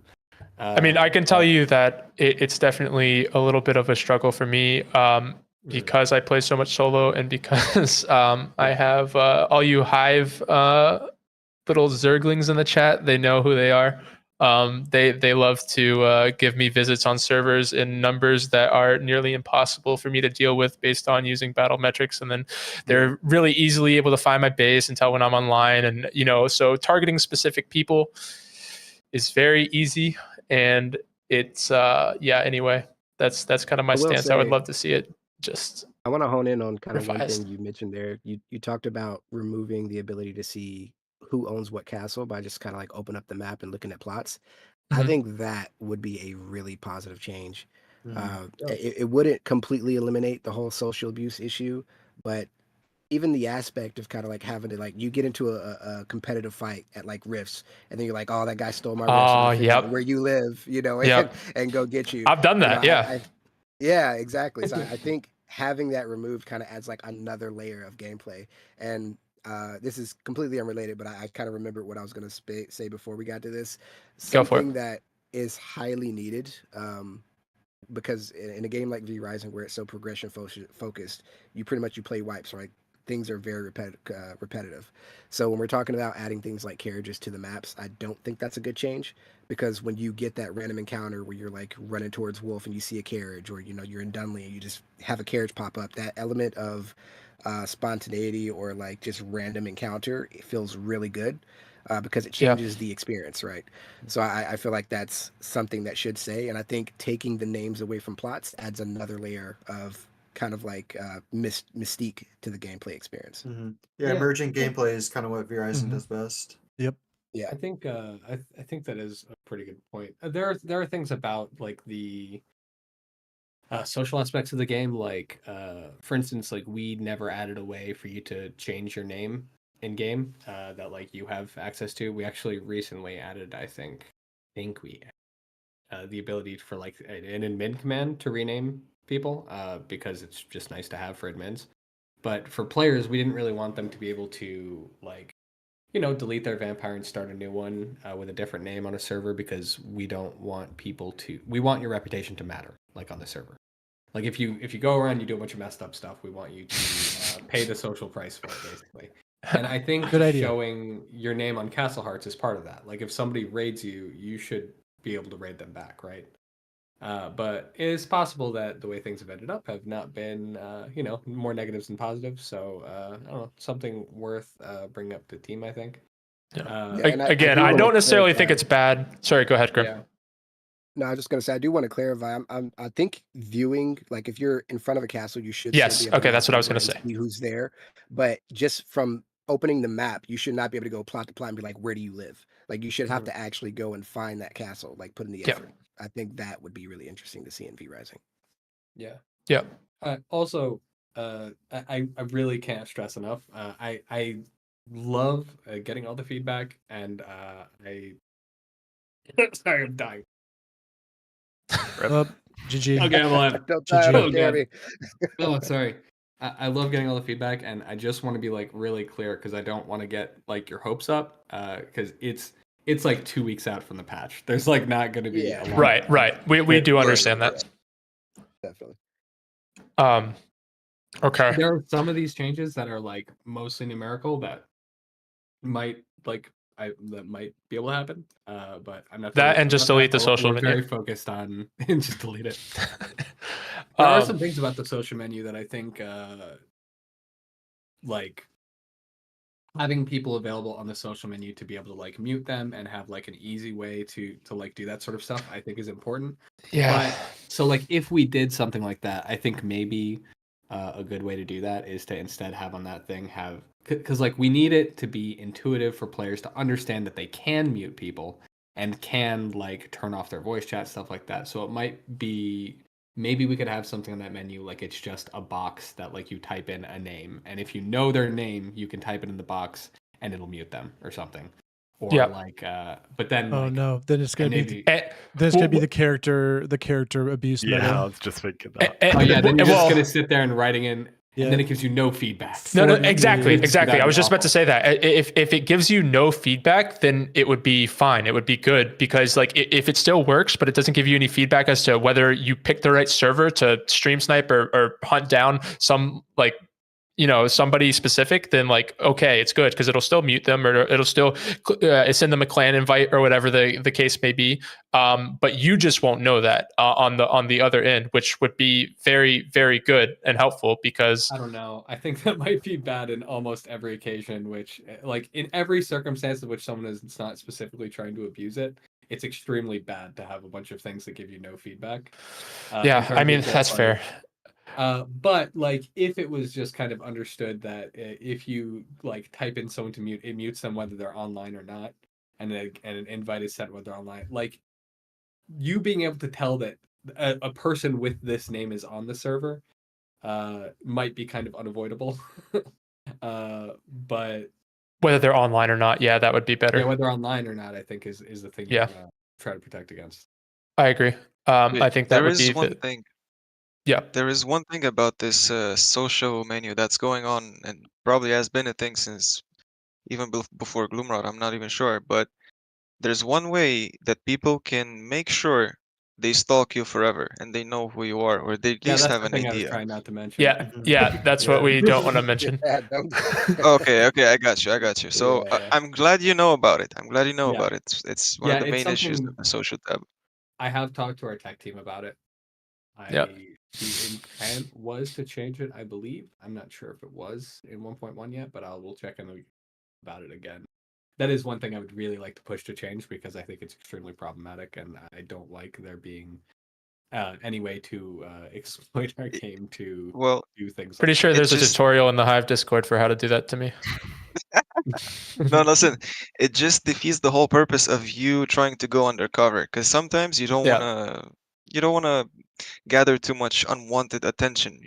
Especially like if you're an unknown player, it gets more problematic, especially for a civil when he's streaming, for example.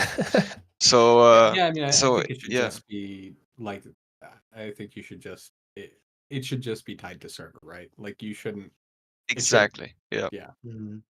Yeah, none of my clan ever uses our names anymore. Yeah, so exactly. I was that's why gonna random mention that as a caveat to it. Like nobody ever uses their real names unless like I don't know. In my case, I do because I get people that come into the stream. They're like, "Hey, I'm in the server with you, yada yada yada." And that's like I don't want to sacrifice the potential to grow my community and interact with these people just to use a fake name. But that's what I should be doing if I want to avoid like all the people who are trying to use it in a predatory way. But The that malicious being way, said, I have maybe like 10 more minutes. Okay, crap. Treasury. Alright. Treasury room. Treasury room, is that what we want to talk about? Yeah. Go to that. Let's get something for everybody. Okay. Why don't you talk about what you want to talk about there then, Timmy? What that was on my specifically list. would I just saw the list and saw that. So it says treasury room and stables functionality. I was going down the list of Yep. topics. Okay. So then, as a general question here, Jeremy, we'll pose to you. Could you maybe talk about the treasury room and stable functionality as far as you are allowed to without? Yeah, I'm super happy we're adding the treasury.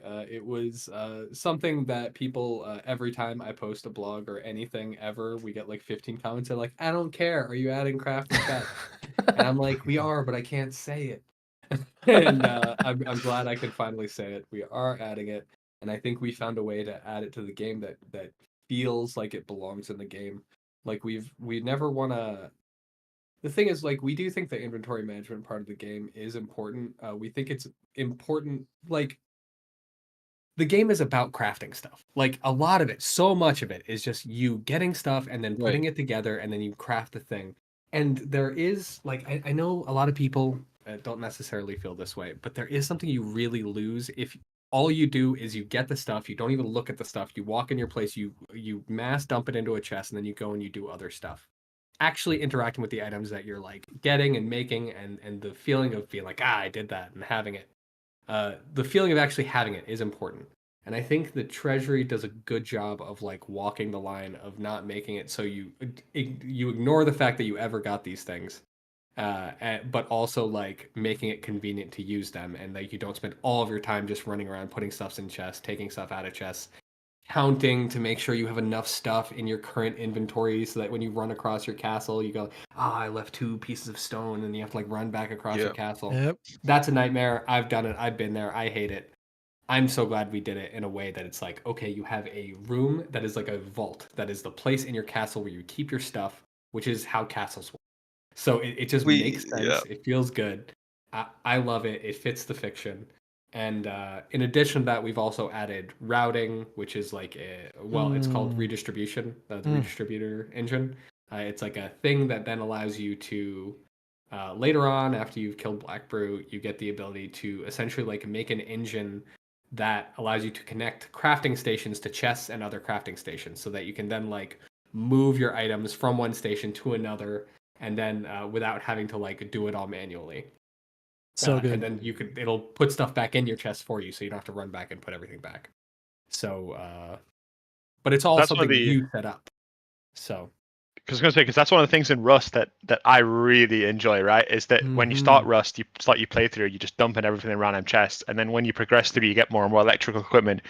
Like I always do it on my wife's. I always create this like system where you have a dump chest, and then it pumps all the stuff into the right chest, and that sort of shit's so much fun to do, because then it's almost like a pseudo character progression type thing, right? You start off with all your shitty chests that are all messy, and then you progress, you're getting and in V Rising you're getting the better chests, right?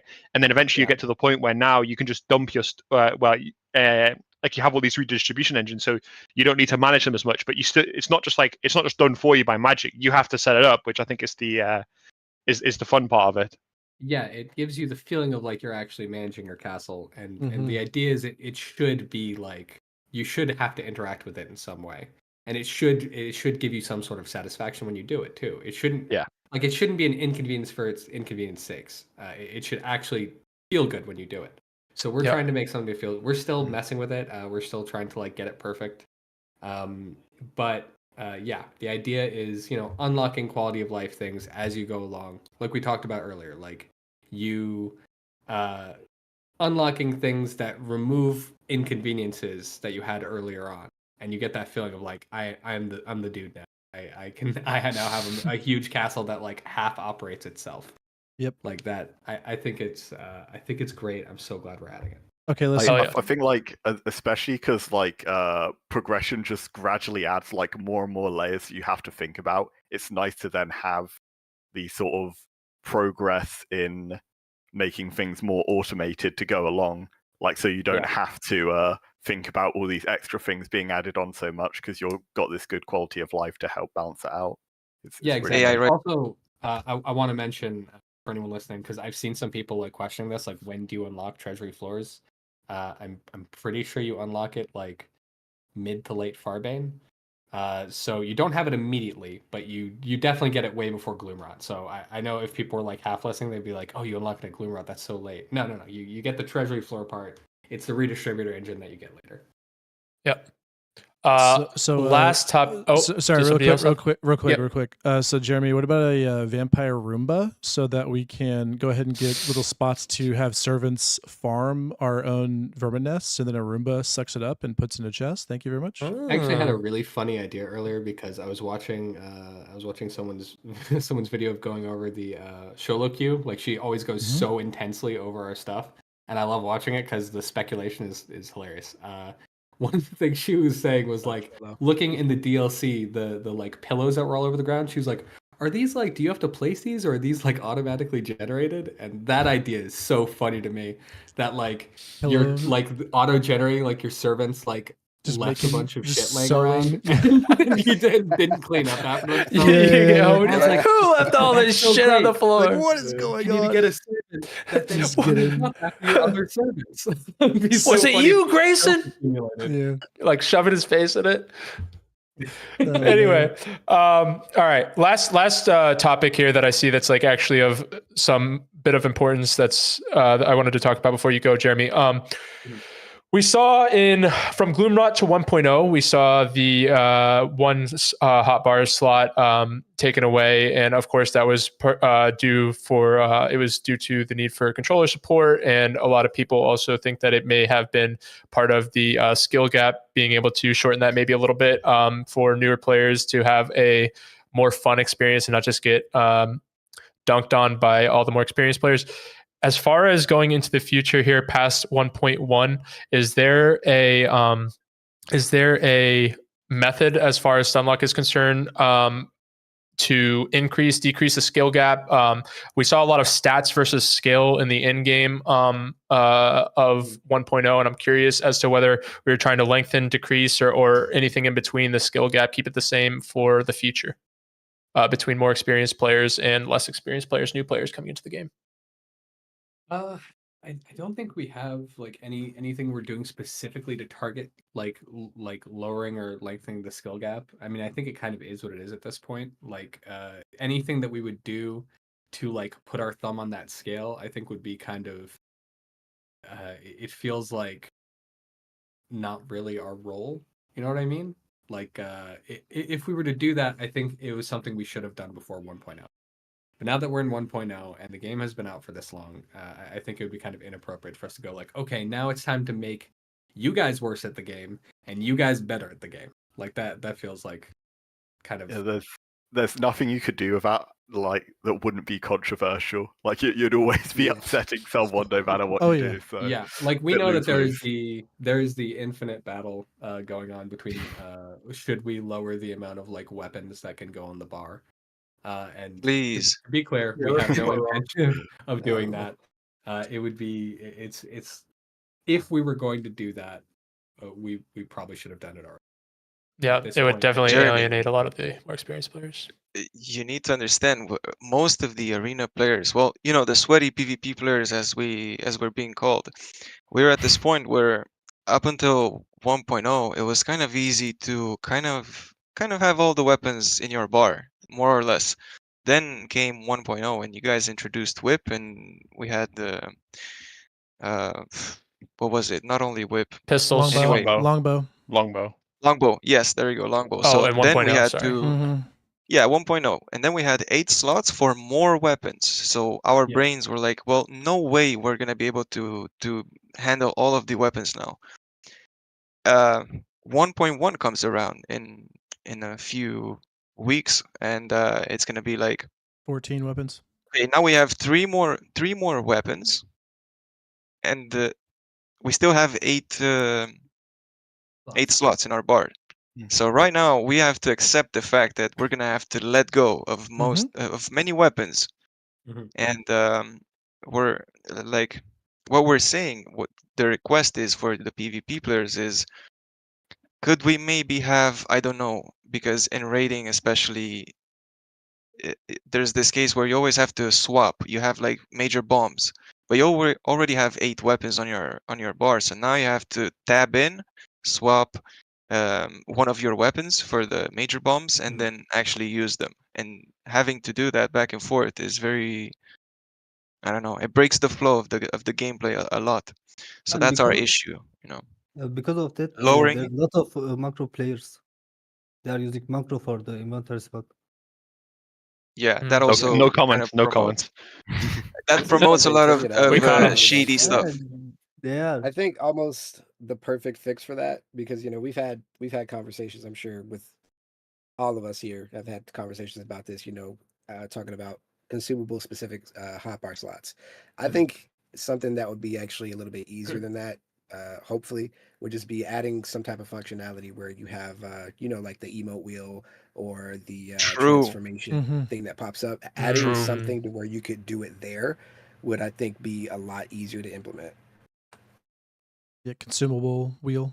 I like that. Write that down on your notes, Jeremy. That would be crazy good. That'd be so good. I have one more question. Go ahead. After 1.0, there is they shot a bug, you know, guys. It's really cringe, and if I missed the shot, I'm losing my motivation to play game. It's really bad. I don't know. Do you have any plan to fix that? You're talking about the Veil auto bug? Is that what you're talking about? Yeah. Yeah. So I think it's specifically with the spear. I don't know if it's with another weapon. I think the spear is the only one that attacks quick enough after the veil to actually trigger the bug, Jeremy. But the bug he's referring to is after you veil and then you quickly auto with the spear, it follows your WASD instead of your mouse direction if it's too quick after the veil, and it's really frustrating because now you sacrifice that really important auto that was empowered and you can't get it back. Yeah, especially with Blood Dash. Wait, I remember this. I remember going really into this a long time ago. And if I remember correctly, this is a visual bug. No, so it was a visual bug in Gloomrot, but in one point it became an actual bug. So the spear, when you auto with it, which like he's talking about, it does have the quickest attack speed. So if you're in melee range after you veil, it is the easiest weapon to actually hit your auto with. But if you're too quick, it will actually bug, and the direction of the spear will go towards your WASD instead of towards your mouse direction, and cause you to miss that empowered auto with your veil. So like he's talking about with your blood dash, you won't get the heal back. With any of the dashes, you won't get the effect. With the frost, you won't freeze them. It's really detrimental to especially using the spear after the auto, which is the preferred weapon if you're in melee range. Yeah, that makes sense. For some reason I feel like this was fixed, but I will check into it to make sure, because I mean obviously that's a problem, and if there's a time to fix it, it's now. So one thing is about this is Jeremy, I was in that conversation that you remember like 3 or 2 months ago. You guys were talking in the arena chat with like Nemesis, and I don't remember, like I was in there and I did some tests as well. So the thing is, it looks like a visual bug because it have a visual bug part as well. So when you dash auto, it is like 80% visual bugs somewhere else, but it still hits the direction you're hitting. But sometimes like it is like dependent about CC as well, if I'm not mistaken. Because right after I get spear queued and I try to dash auto, generally that happens when it don't hit. Or like when I get Mace E'd, and after that Mace E, he, like, let's say he Mace E'd me, he whip autoed, and when I try to Mace Q, not just dash auto, but the Mace Q as well, when I try to Mace Q the guy, it's just Mace Q's backwards. And like makes You can test this with the XE. XE is very easy to demonstrate how this works, but it's pretty much the same for every weapon. So the reason you remember it as so the reason you remember it as a visual bug is there's a visual bug part of this, which is like 90% of the bug. But in that 10% that makes the actual bug happen is actually frustrating. Yeah. Well, I mean, the visual bug part of it is also a huge problem, right? Like, I remember when we first talked about it, like having, like I talked with the designers about this, like about it, and it was like, hey, it's a visual bug, and I'm like, is it like, with it just being a visual bug, how much of a problem is it? And they're like, yeah, it's like still a huge problem because like the visual feedback is extremely important. So it's not that it being a visual bug means like we're like, it's fine. Like it being a visual bug is a huge issue. I was just wondering, like, is it back?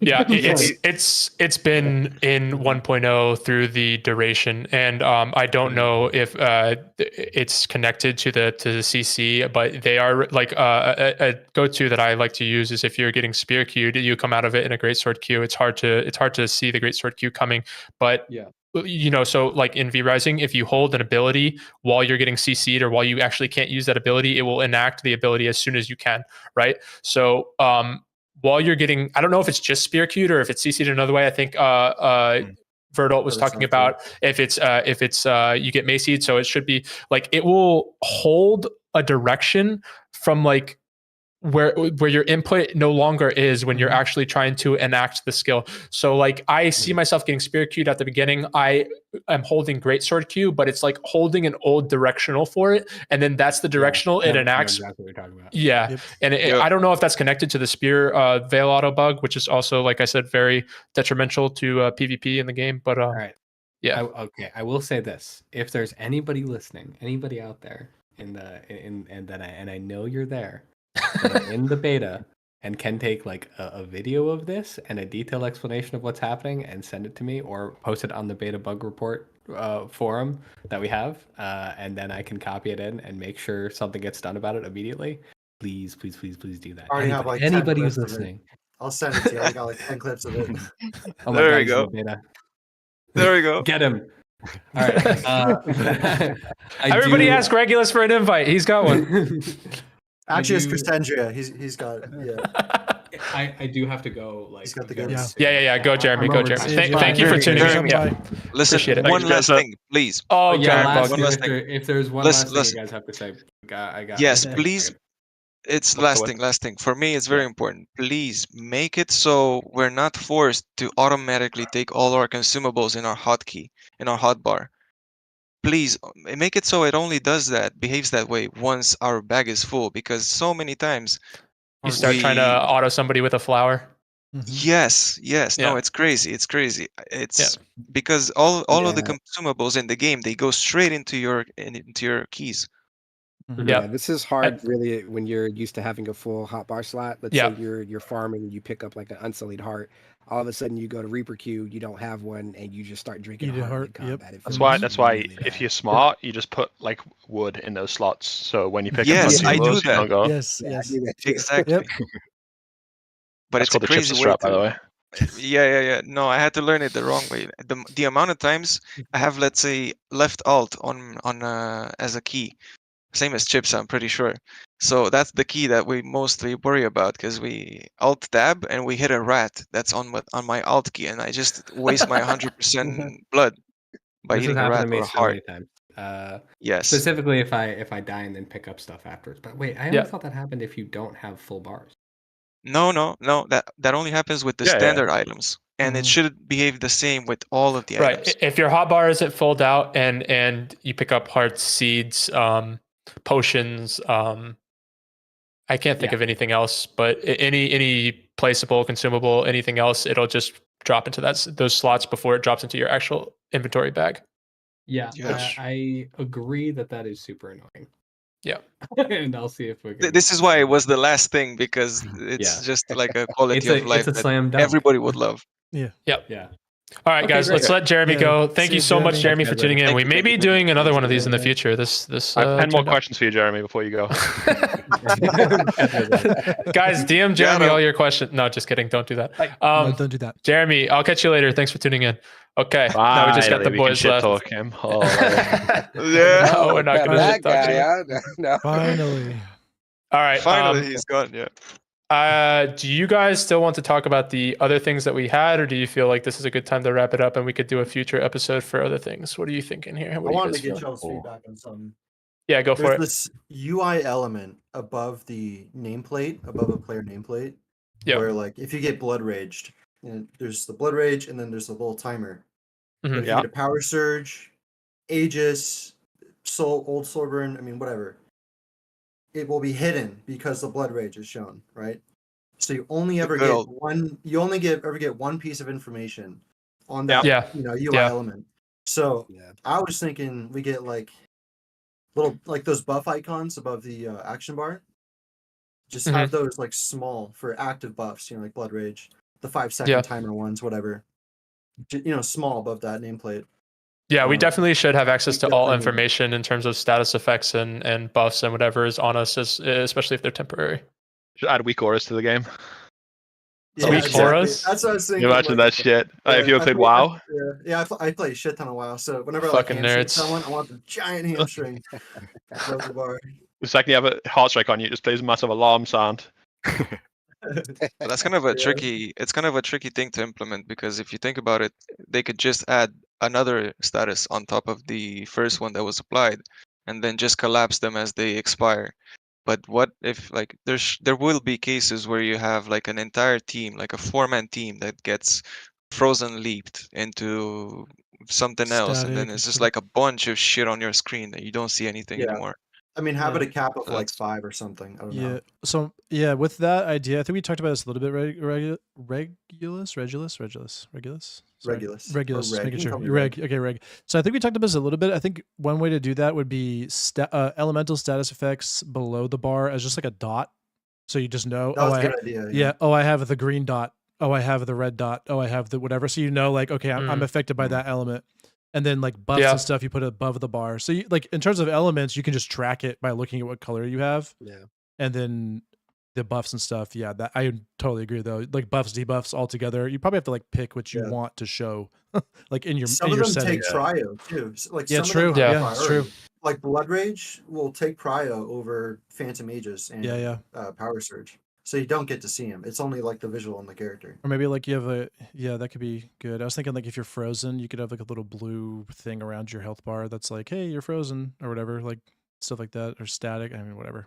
Yeah, that's another thing. Like, there's how many? What is it? 6 elemental effects on your character, like visibly on your character's model. Right. But they don't. There's only room for one. Like you'll only ever see your frozen or whatever. Or the thing with UIs as well, it's like everyone's going to have a different preference on what they're like rather prioritizing. It's sort of why in WoW you see people with such like vastly different UIs that they have for themselves, because it's like depending what information you care about the most. Yeah, I'm sure that wouldn't be options for like rescaling the.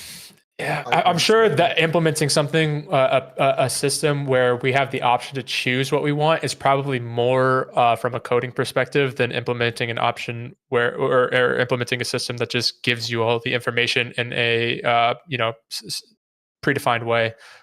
So, I mean, from a difficulty perspective, from Stunlock, I'm sure it would be more difficult to do that, even though it would be more preferable for the player.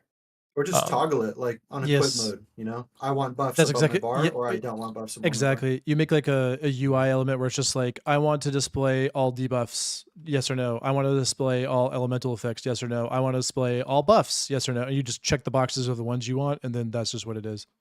That's valid. That's valid. I agree. I think a quick fix on this, like as we have it right now, would be to simply always give you the freshest one or the most important one, which would be kind of like the debuff. Usually you want to see how much longer you're going to be weakened for example, or static shock or whatever, or anything like that. Yeah. I mean, I would prioritize that.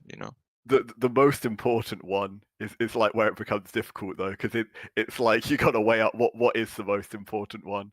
Like if you got like a power surge on you, a pistol on you, a freeze on you, like which one do you like want to see? Like get all of the like semantics of that figured out is where it becomes that's tricky. crazy. Yeah, it's weird that it's also not the latest buff.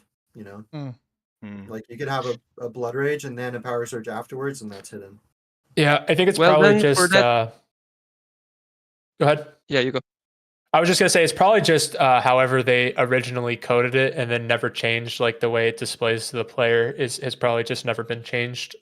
Is my guess on it. Yeah. Well, in my opinion, just check your passive bar, bro. Like, no, I just check my passive bar and I see that. It's so, imagine like the weak aura thing. Imagine whenever you get hard strike, you just see the icon slowly go in a circle until it pops. Like that would be, see it somewhere else, not have to check with your eyes on the left screen while you're getting 1v3'd. Well, then one thing could be like you don't have to show the timer for that freeze and illusion for like chill illusion.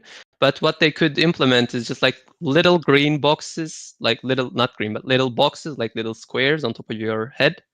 That is like, if it's green, you're condemned. If it's like light blue, it's illusion. Like if you want to see the timer, check your passive bar. But if you want to see if you're affected, you can just check by that little square that is that colored. So you don't have that huge UI that is like on top of that, on top of that, on top of that, on top of that, on top of that. But you see what is on you. Yeah, that's what I was saying. Like cap it at like 5 little icons or something. And 5 is still too much.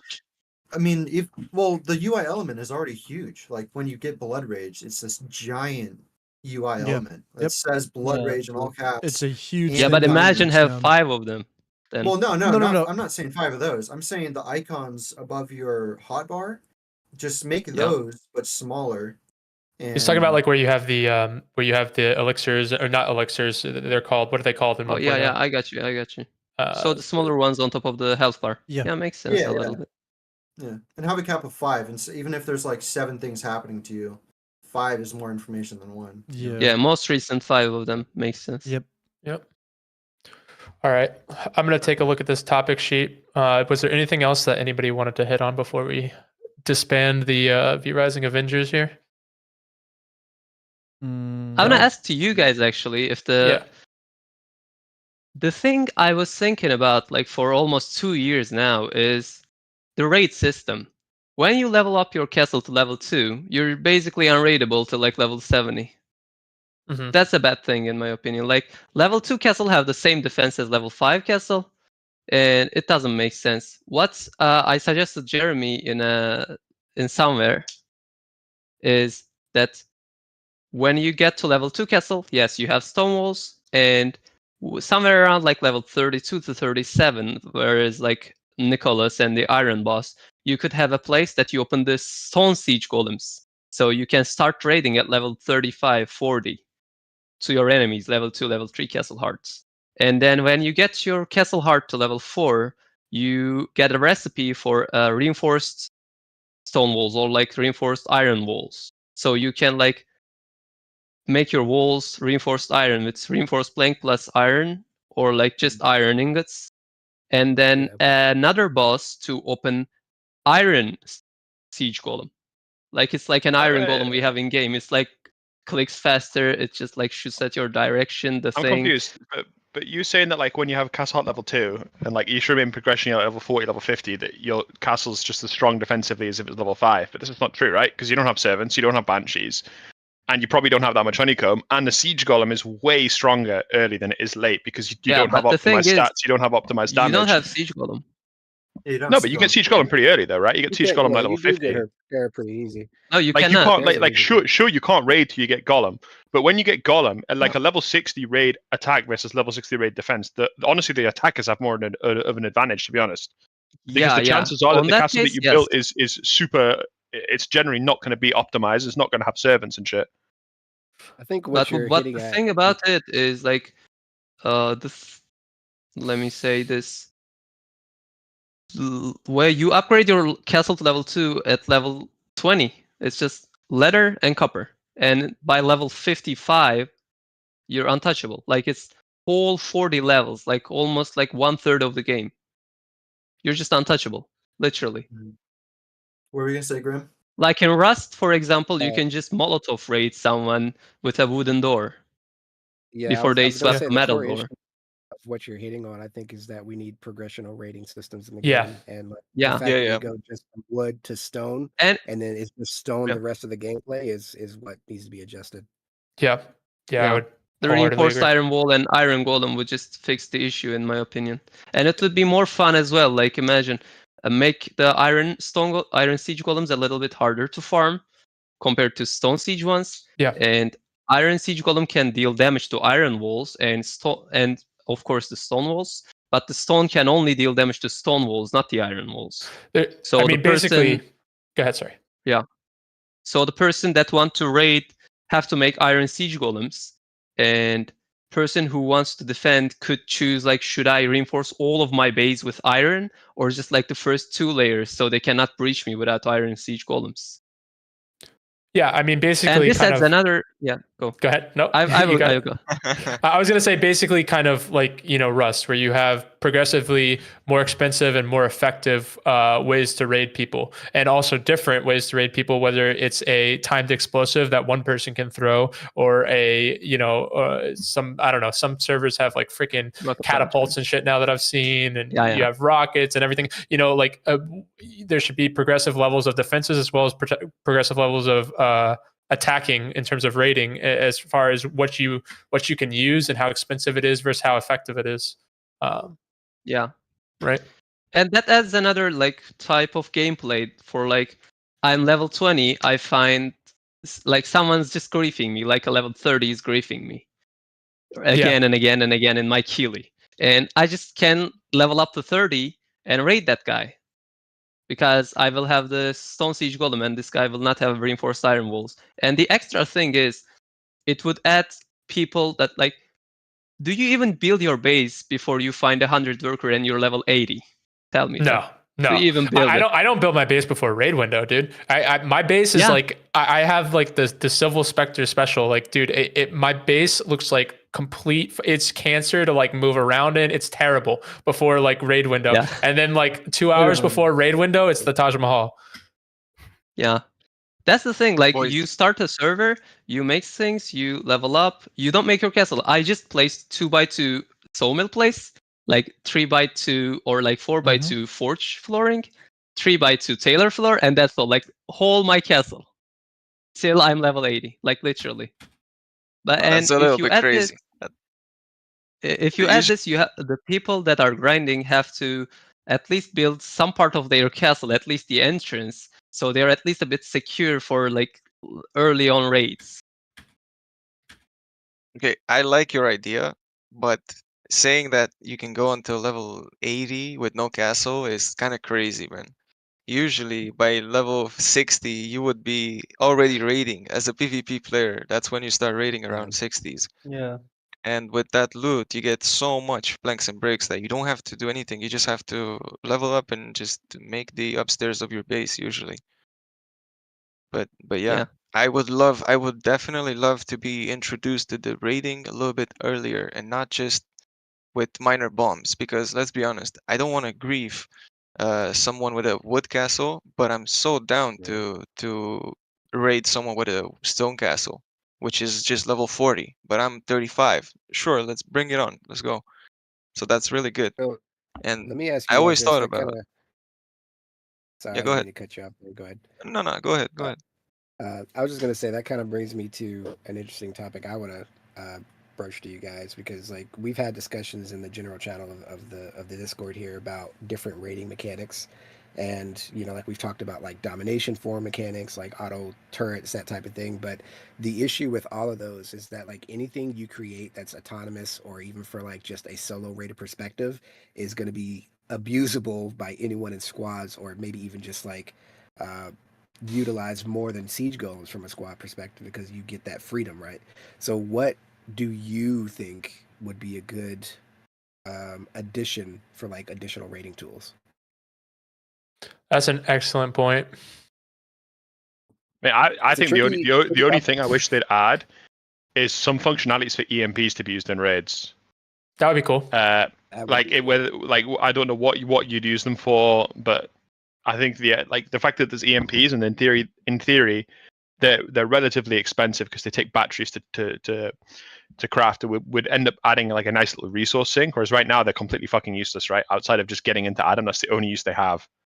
AoE stun the servants, man. That would be crazy if like an EMP bomb would just AoE stun either the banshees or whatever is caught in even then, like it wouldn't be better than bombs, because just put 2 bombs on it kills the servants, right? You AoE lock the doors. That's what it is. Yeah. Yeah. Lock servant doors. Lock doors. Nope, can't get out. That'd be so insane. What if it was something to where like you set it up and then it prolongs the raid timer, like the either raid timer or the attack timer for the raid? Yeah, I don't know. I mean, I was just thinking to add some form of defense as well that EMPs would then counter, but I don't know. I haven't really thought too much about it. It's tough. That's a really good point that Grim brought up. The fact that things that are more that are going to be effectively used as solo and raiding would then potentially be abused by bigger groups. Like I don't really. That's a tough hurdle. I mean, obviously the key thing that you would just have to make happen is the fact that the golems would be more useful than anything else that you would be using as a solo. But I mean, then you still have the spawn time and everything else. And with all that under consideration, I mean, it and the fact that, you know, a player in a golem is considerably more vulnerable than a player who's not in a golem. It's just, that's definitely a tough tackle. What I'm hearing and is I don't really know. Give golems defensive abilities is what I just heard. Yeah, give golems I'm totally kidding. I'm totally kidding. Just give yeah. golems mistrance. Give golems mistrance. Make it the Mighty Morphin Power Ranger Megazord. Yeah, exactly. Give him discharge. Yeah, give him discharge, mistrance. Like T-posing golem. Yeah, it's because like I would love for there to be all these different type of progressional forms of raiding, but anytime I think about it from a defender perspective, even if it's just like a solo or a couple guys, whatever, you do get some type of advantage, like if you're outnumbered, by just waiting for one player to get into the golem before fighting. But if they have some type of tool where they can just like, you know, set something aside and then still be in the fight, that's insanely strong. Yeah, and it would be more strong for bigger groups. You're right. Right. Okay, wait. Someone in my chat's kind of cooking. What about a dome shield? So if you're like so EMPs, right? We talked about EMPs. Yeah. Imagine you had a deployable on the defensive side to block people. This would be so cancer. Actually, I'm thinking about this. You use it to block golem range attacks. Use to block golem range attacks. And you're just like, I'll put this EMP down. So you have to use an EMP to break it. Or sorry, EMP like this. So stairs. Break it. Stairs, yeah, but non-breachable stairs. Yeah. Yeah, I don't know about that one. This is actually a tough. I don't know. Maybe the answer doesn't lie on the attacking side. Maybe the answer to this, or the solution to this issue, lies on the defending side in terms of what tools do defenders have in order to make it so that both solo and group raiding can happen effectively and fairly for both sides. But I don't really know off the top of my head. I can't think of anything right now that what would kind of equal the playing fields for something that could be useful as a solo and then wouldn't be abusable as a group. This isn't like a solo golem thing, but I was thinking I'm always like the golem dude in my clan, and I was thinking instead of the range attack being like a forward, ground thing, have it be like like you throw a void, like a boulder or something, so that way all the servants or banshees or whatever the hell else is going on during your raid isn't just infinitely blocking your range attacks.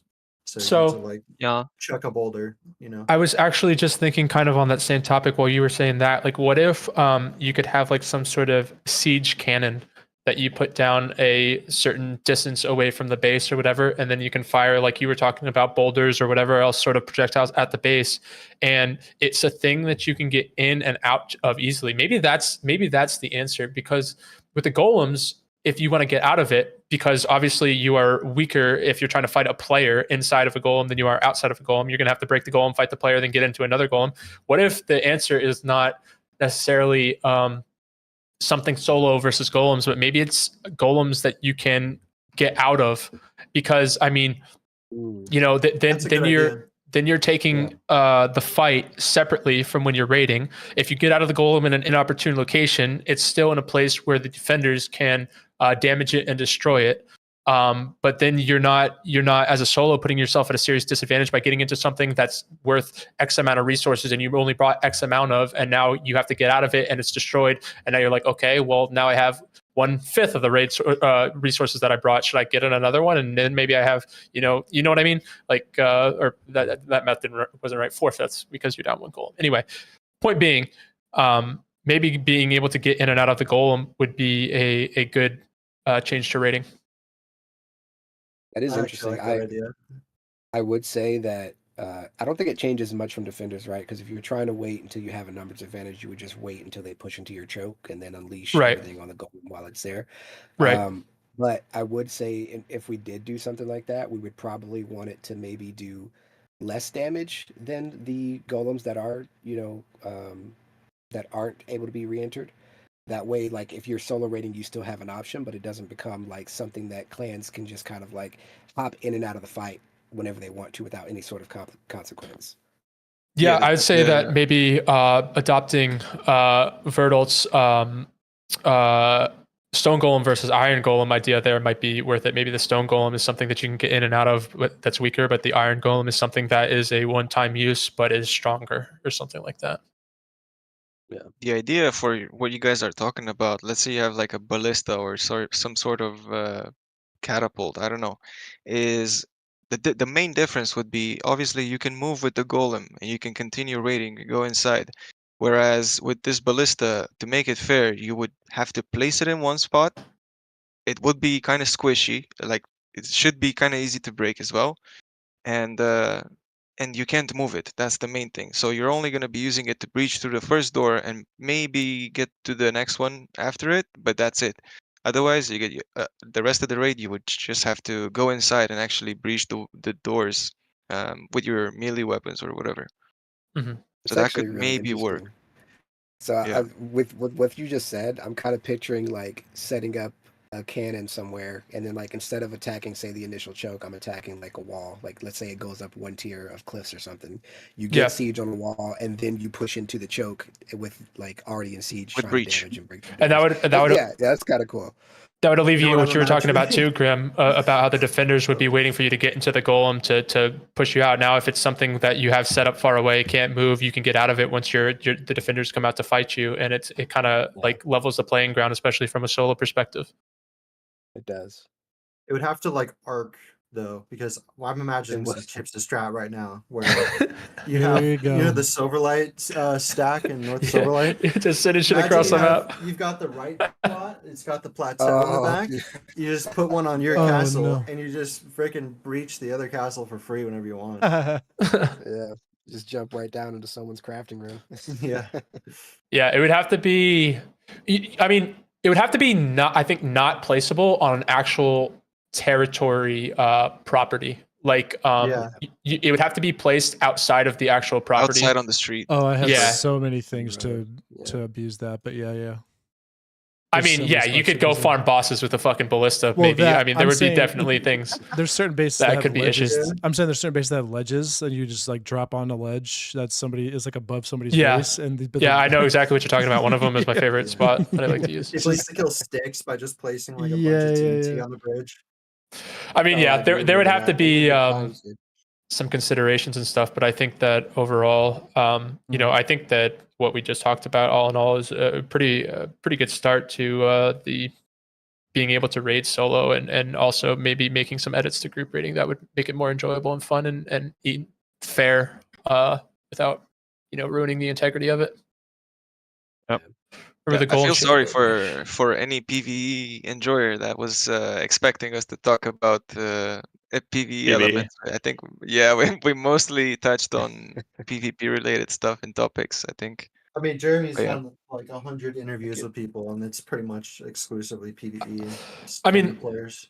Not to mention for all the infinite topics around PvP that we can talk about, the infinite topics that are PvE related span much further. So, you know, it just kind of is what it is. Let's see. Was there anything else you guys wanted to talk about? I have to take I think, a mean piss. Yeah, I think me and Trouble both have to leave. So yeah. Okay, let's wrap it up, guys. I appreciate you guys all for showing up. We may have to do this again. This was fun, and I had a good time, and I think the chat enjoyed it too. Moving my webcam around to not block anybody every time you guys put your cam on and off. Anyways, thank you all for joining. I'm going to dip out and end my stream now, and I'll see you guys all in 1.1. Same See you later. here. See See you you guys. guys. Thanks for having us, man. Adios. Catch you guys later. Take it easy, boys. See ya. Yeah.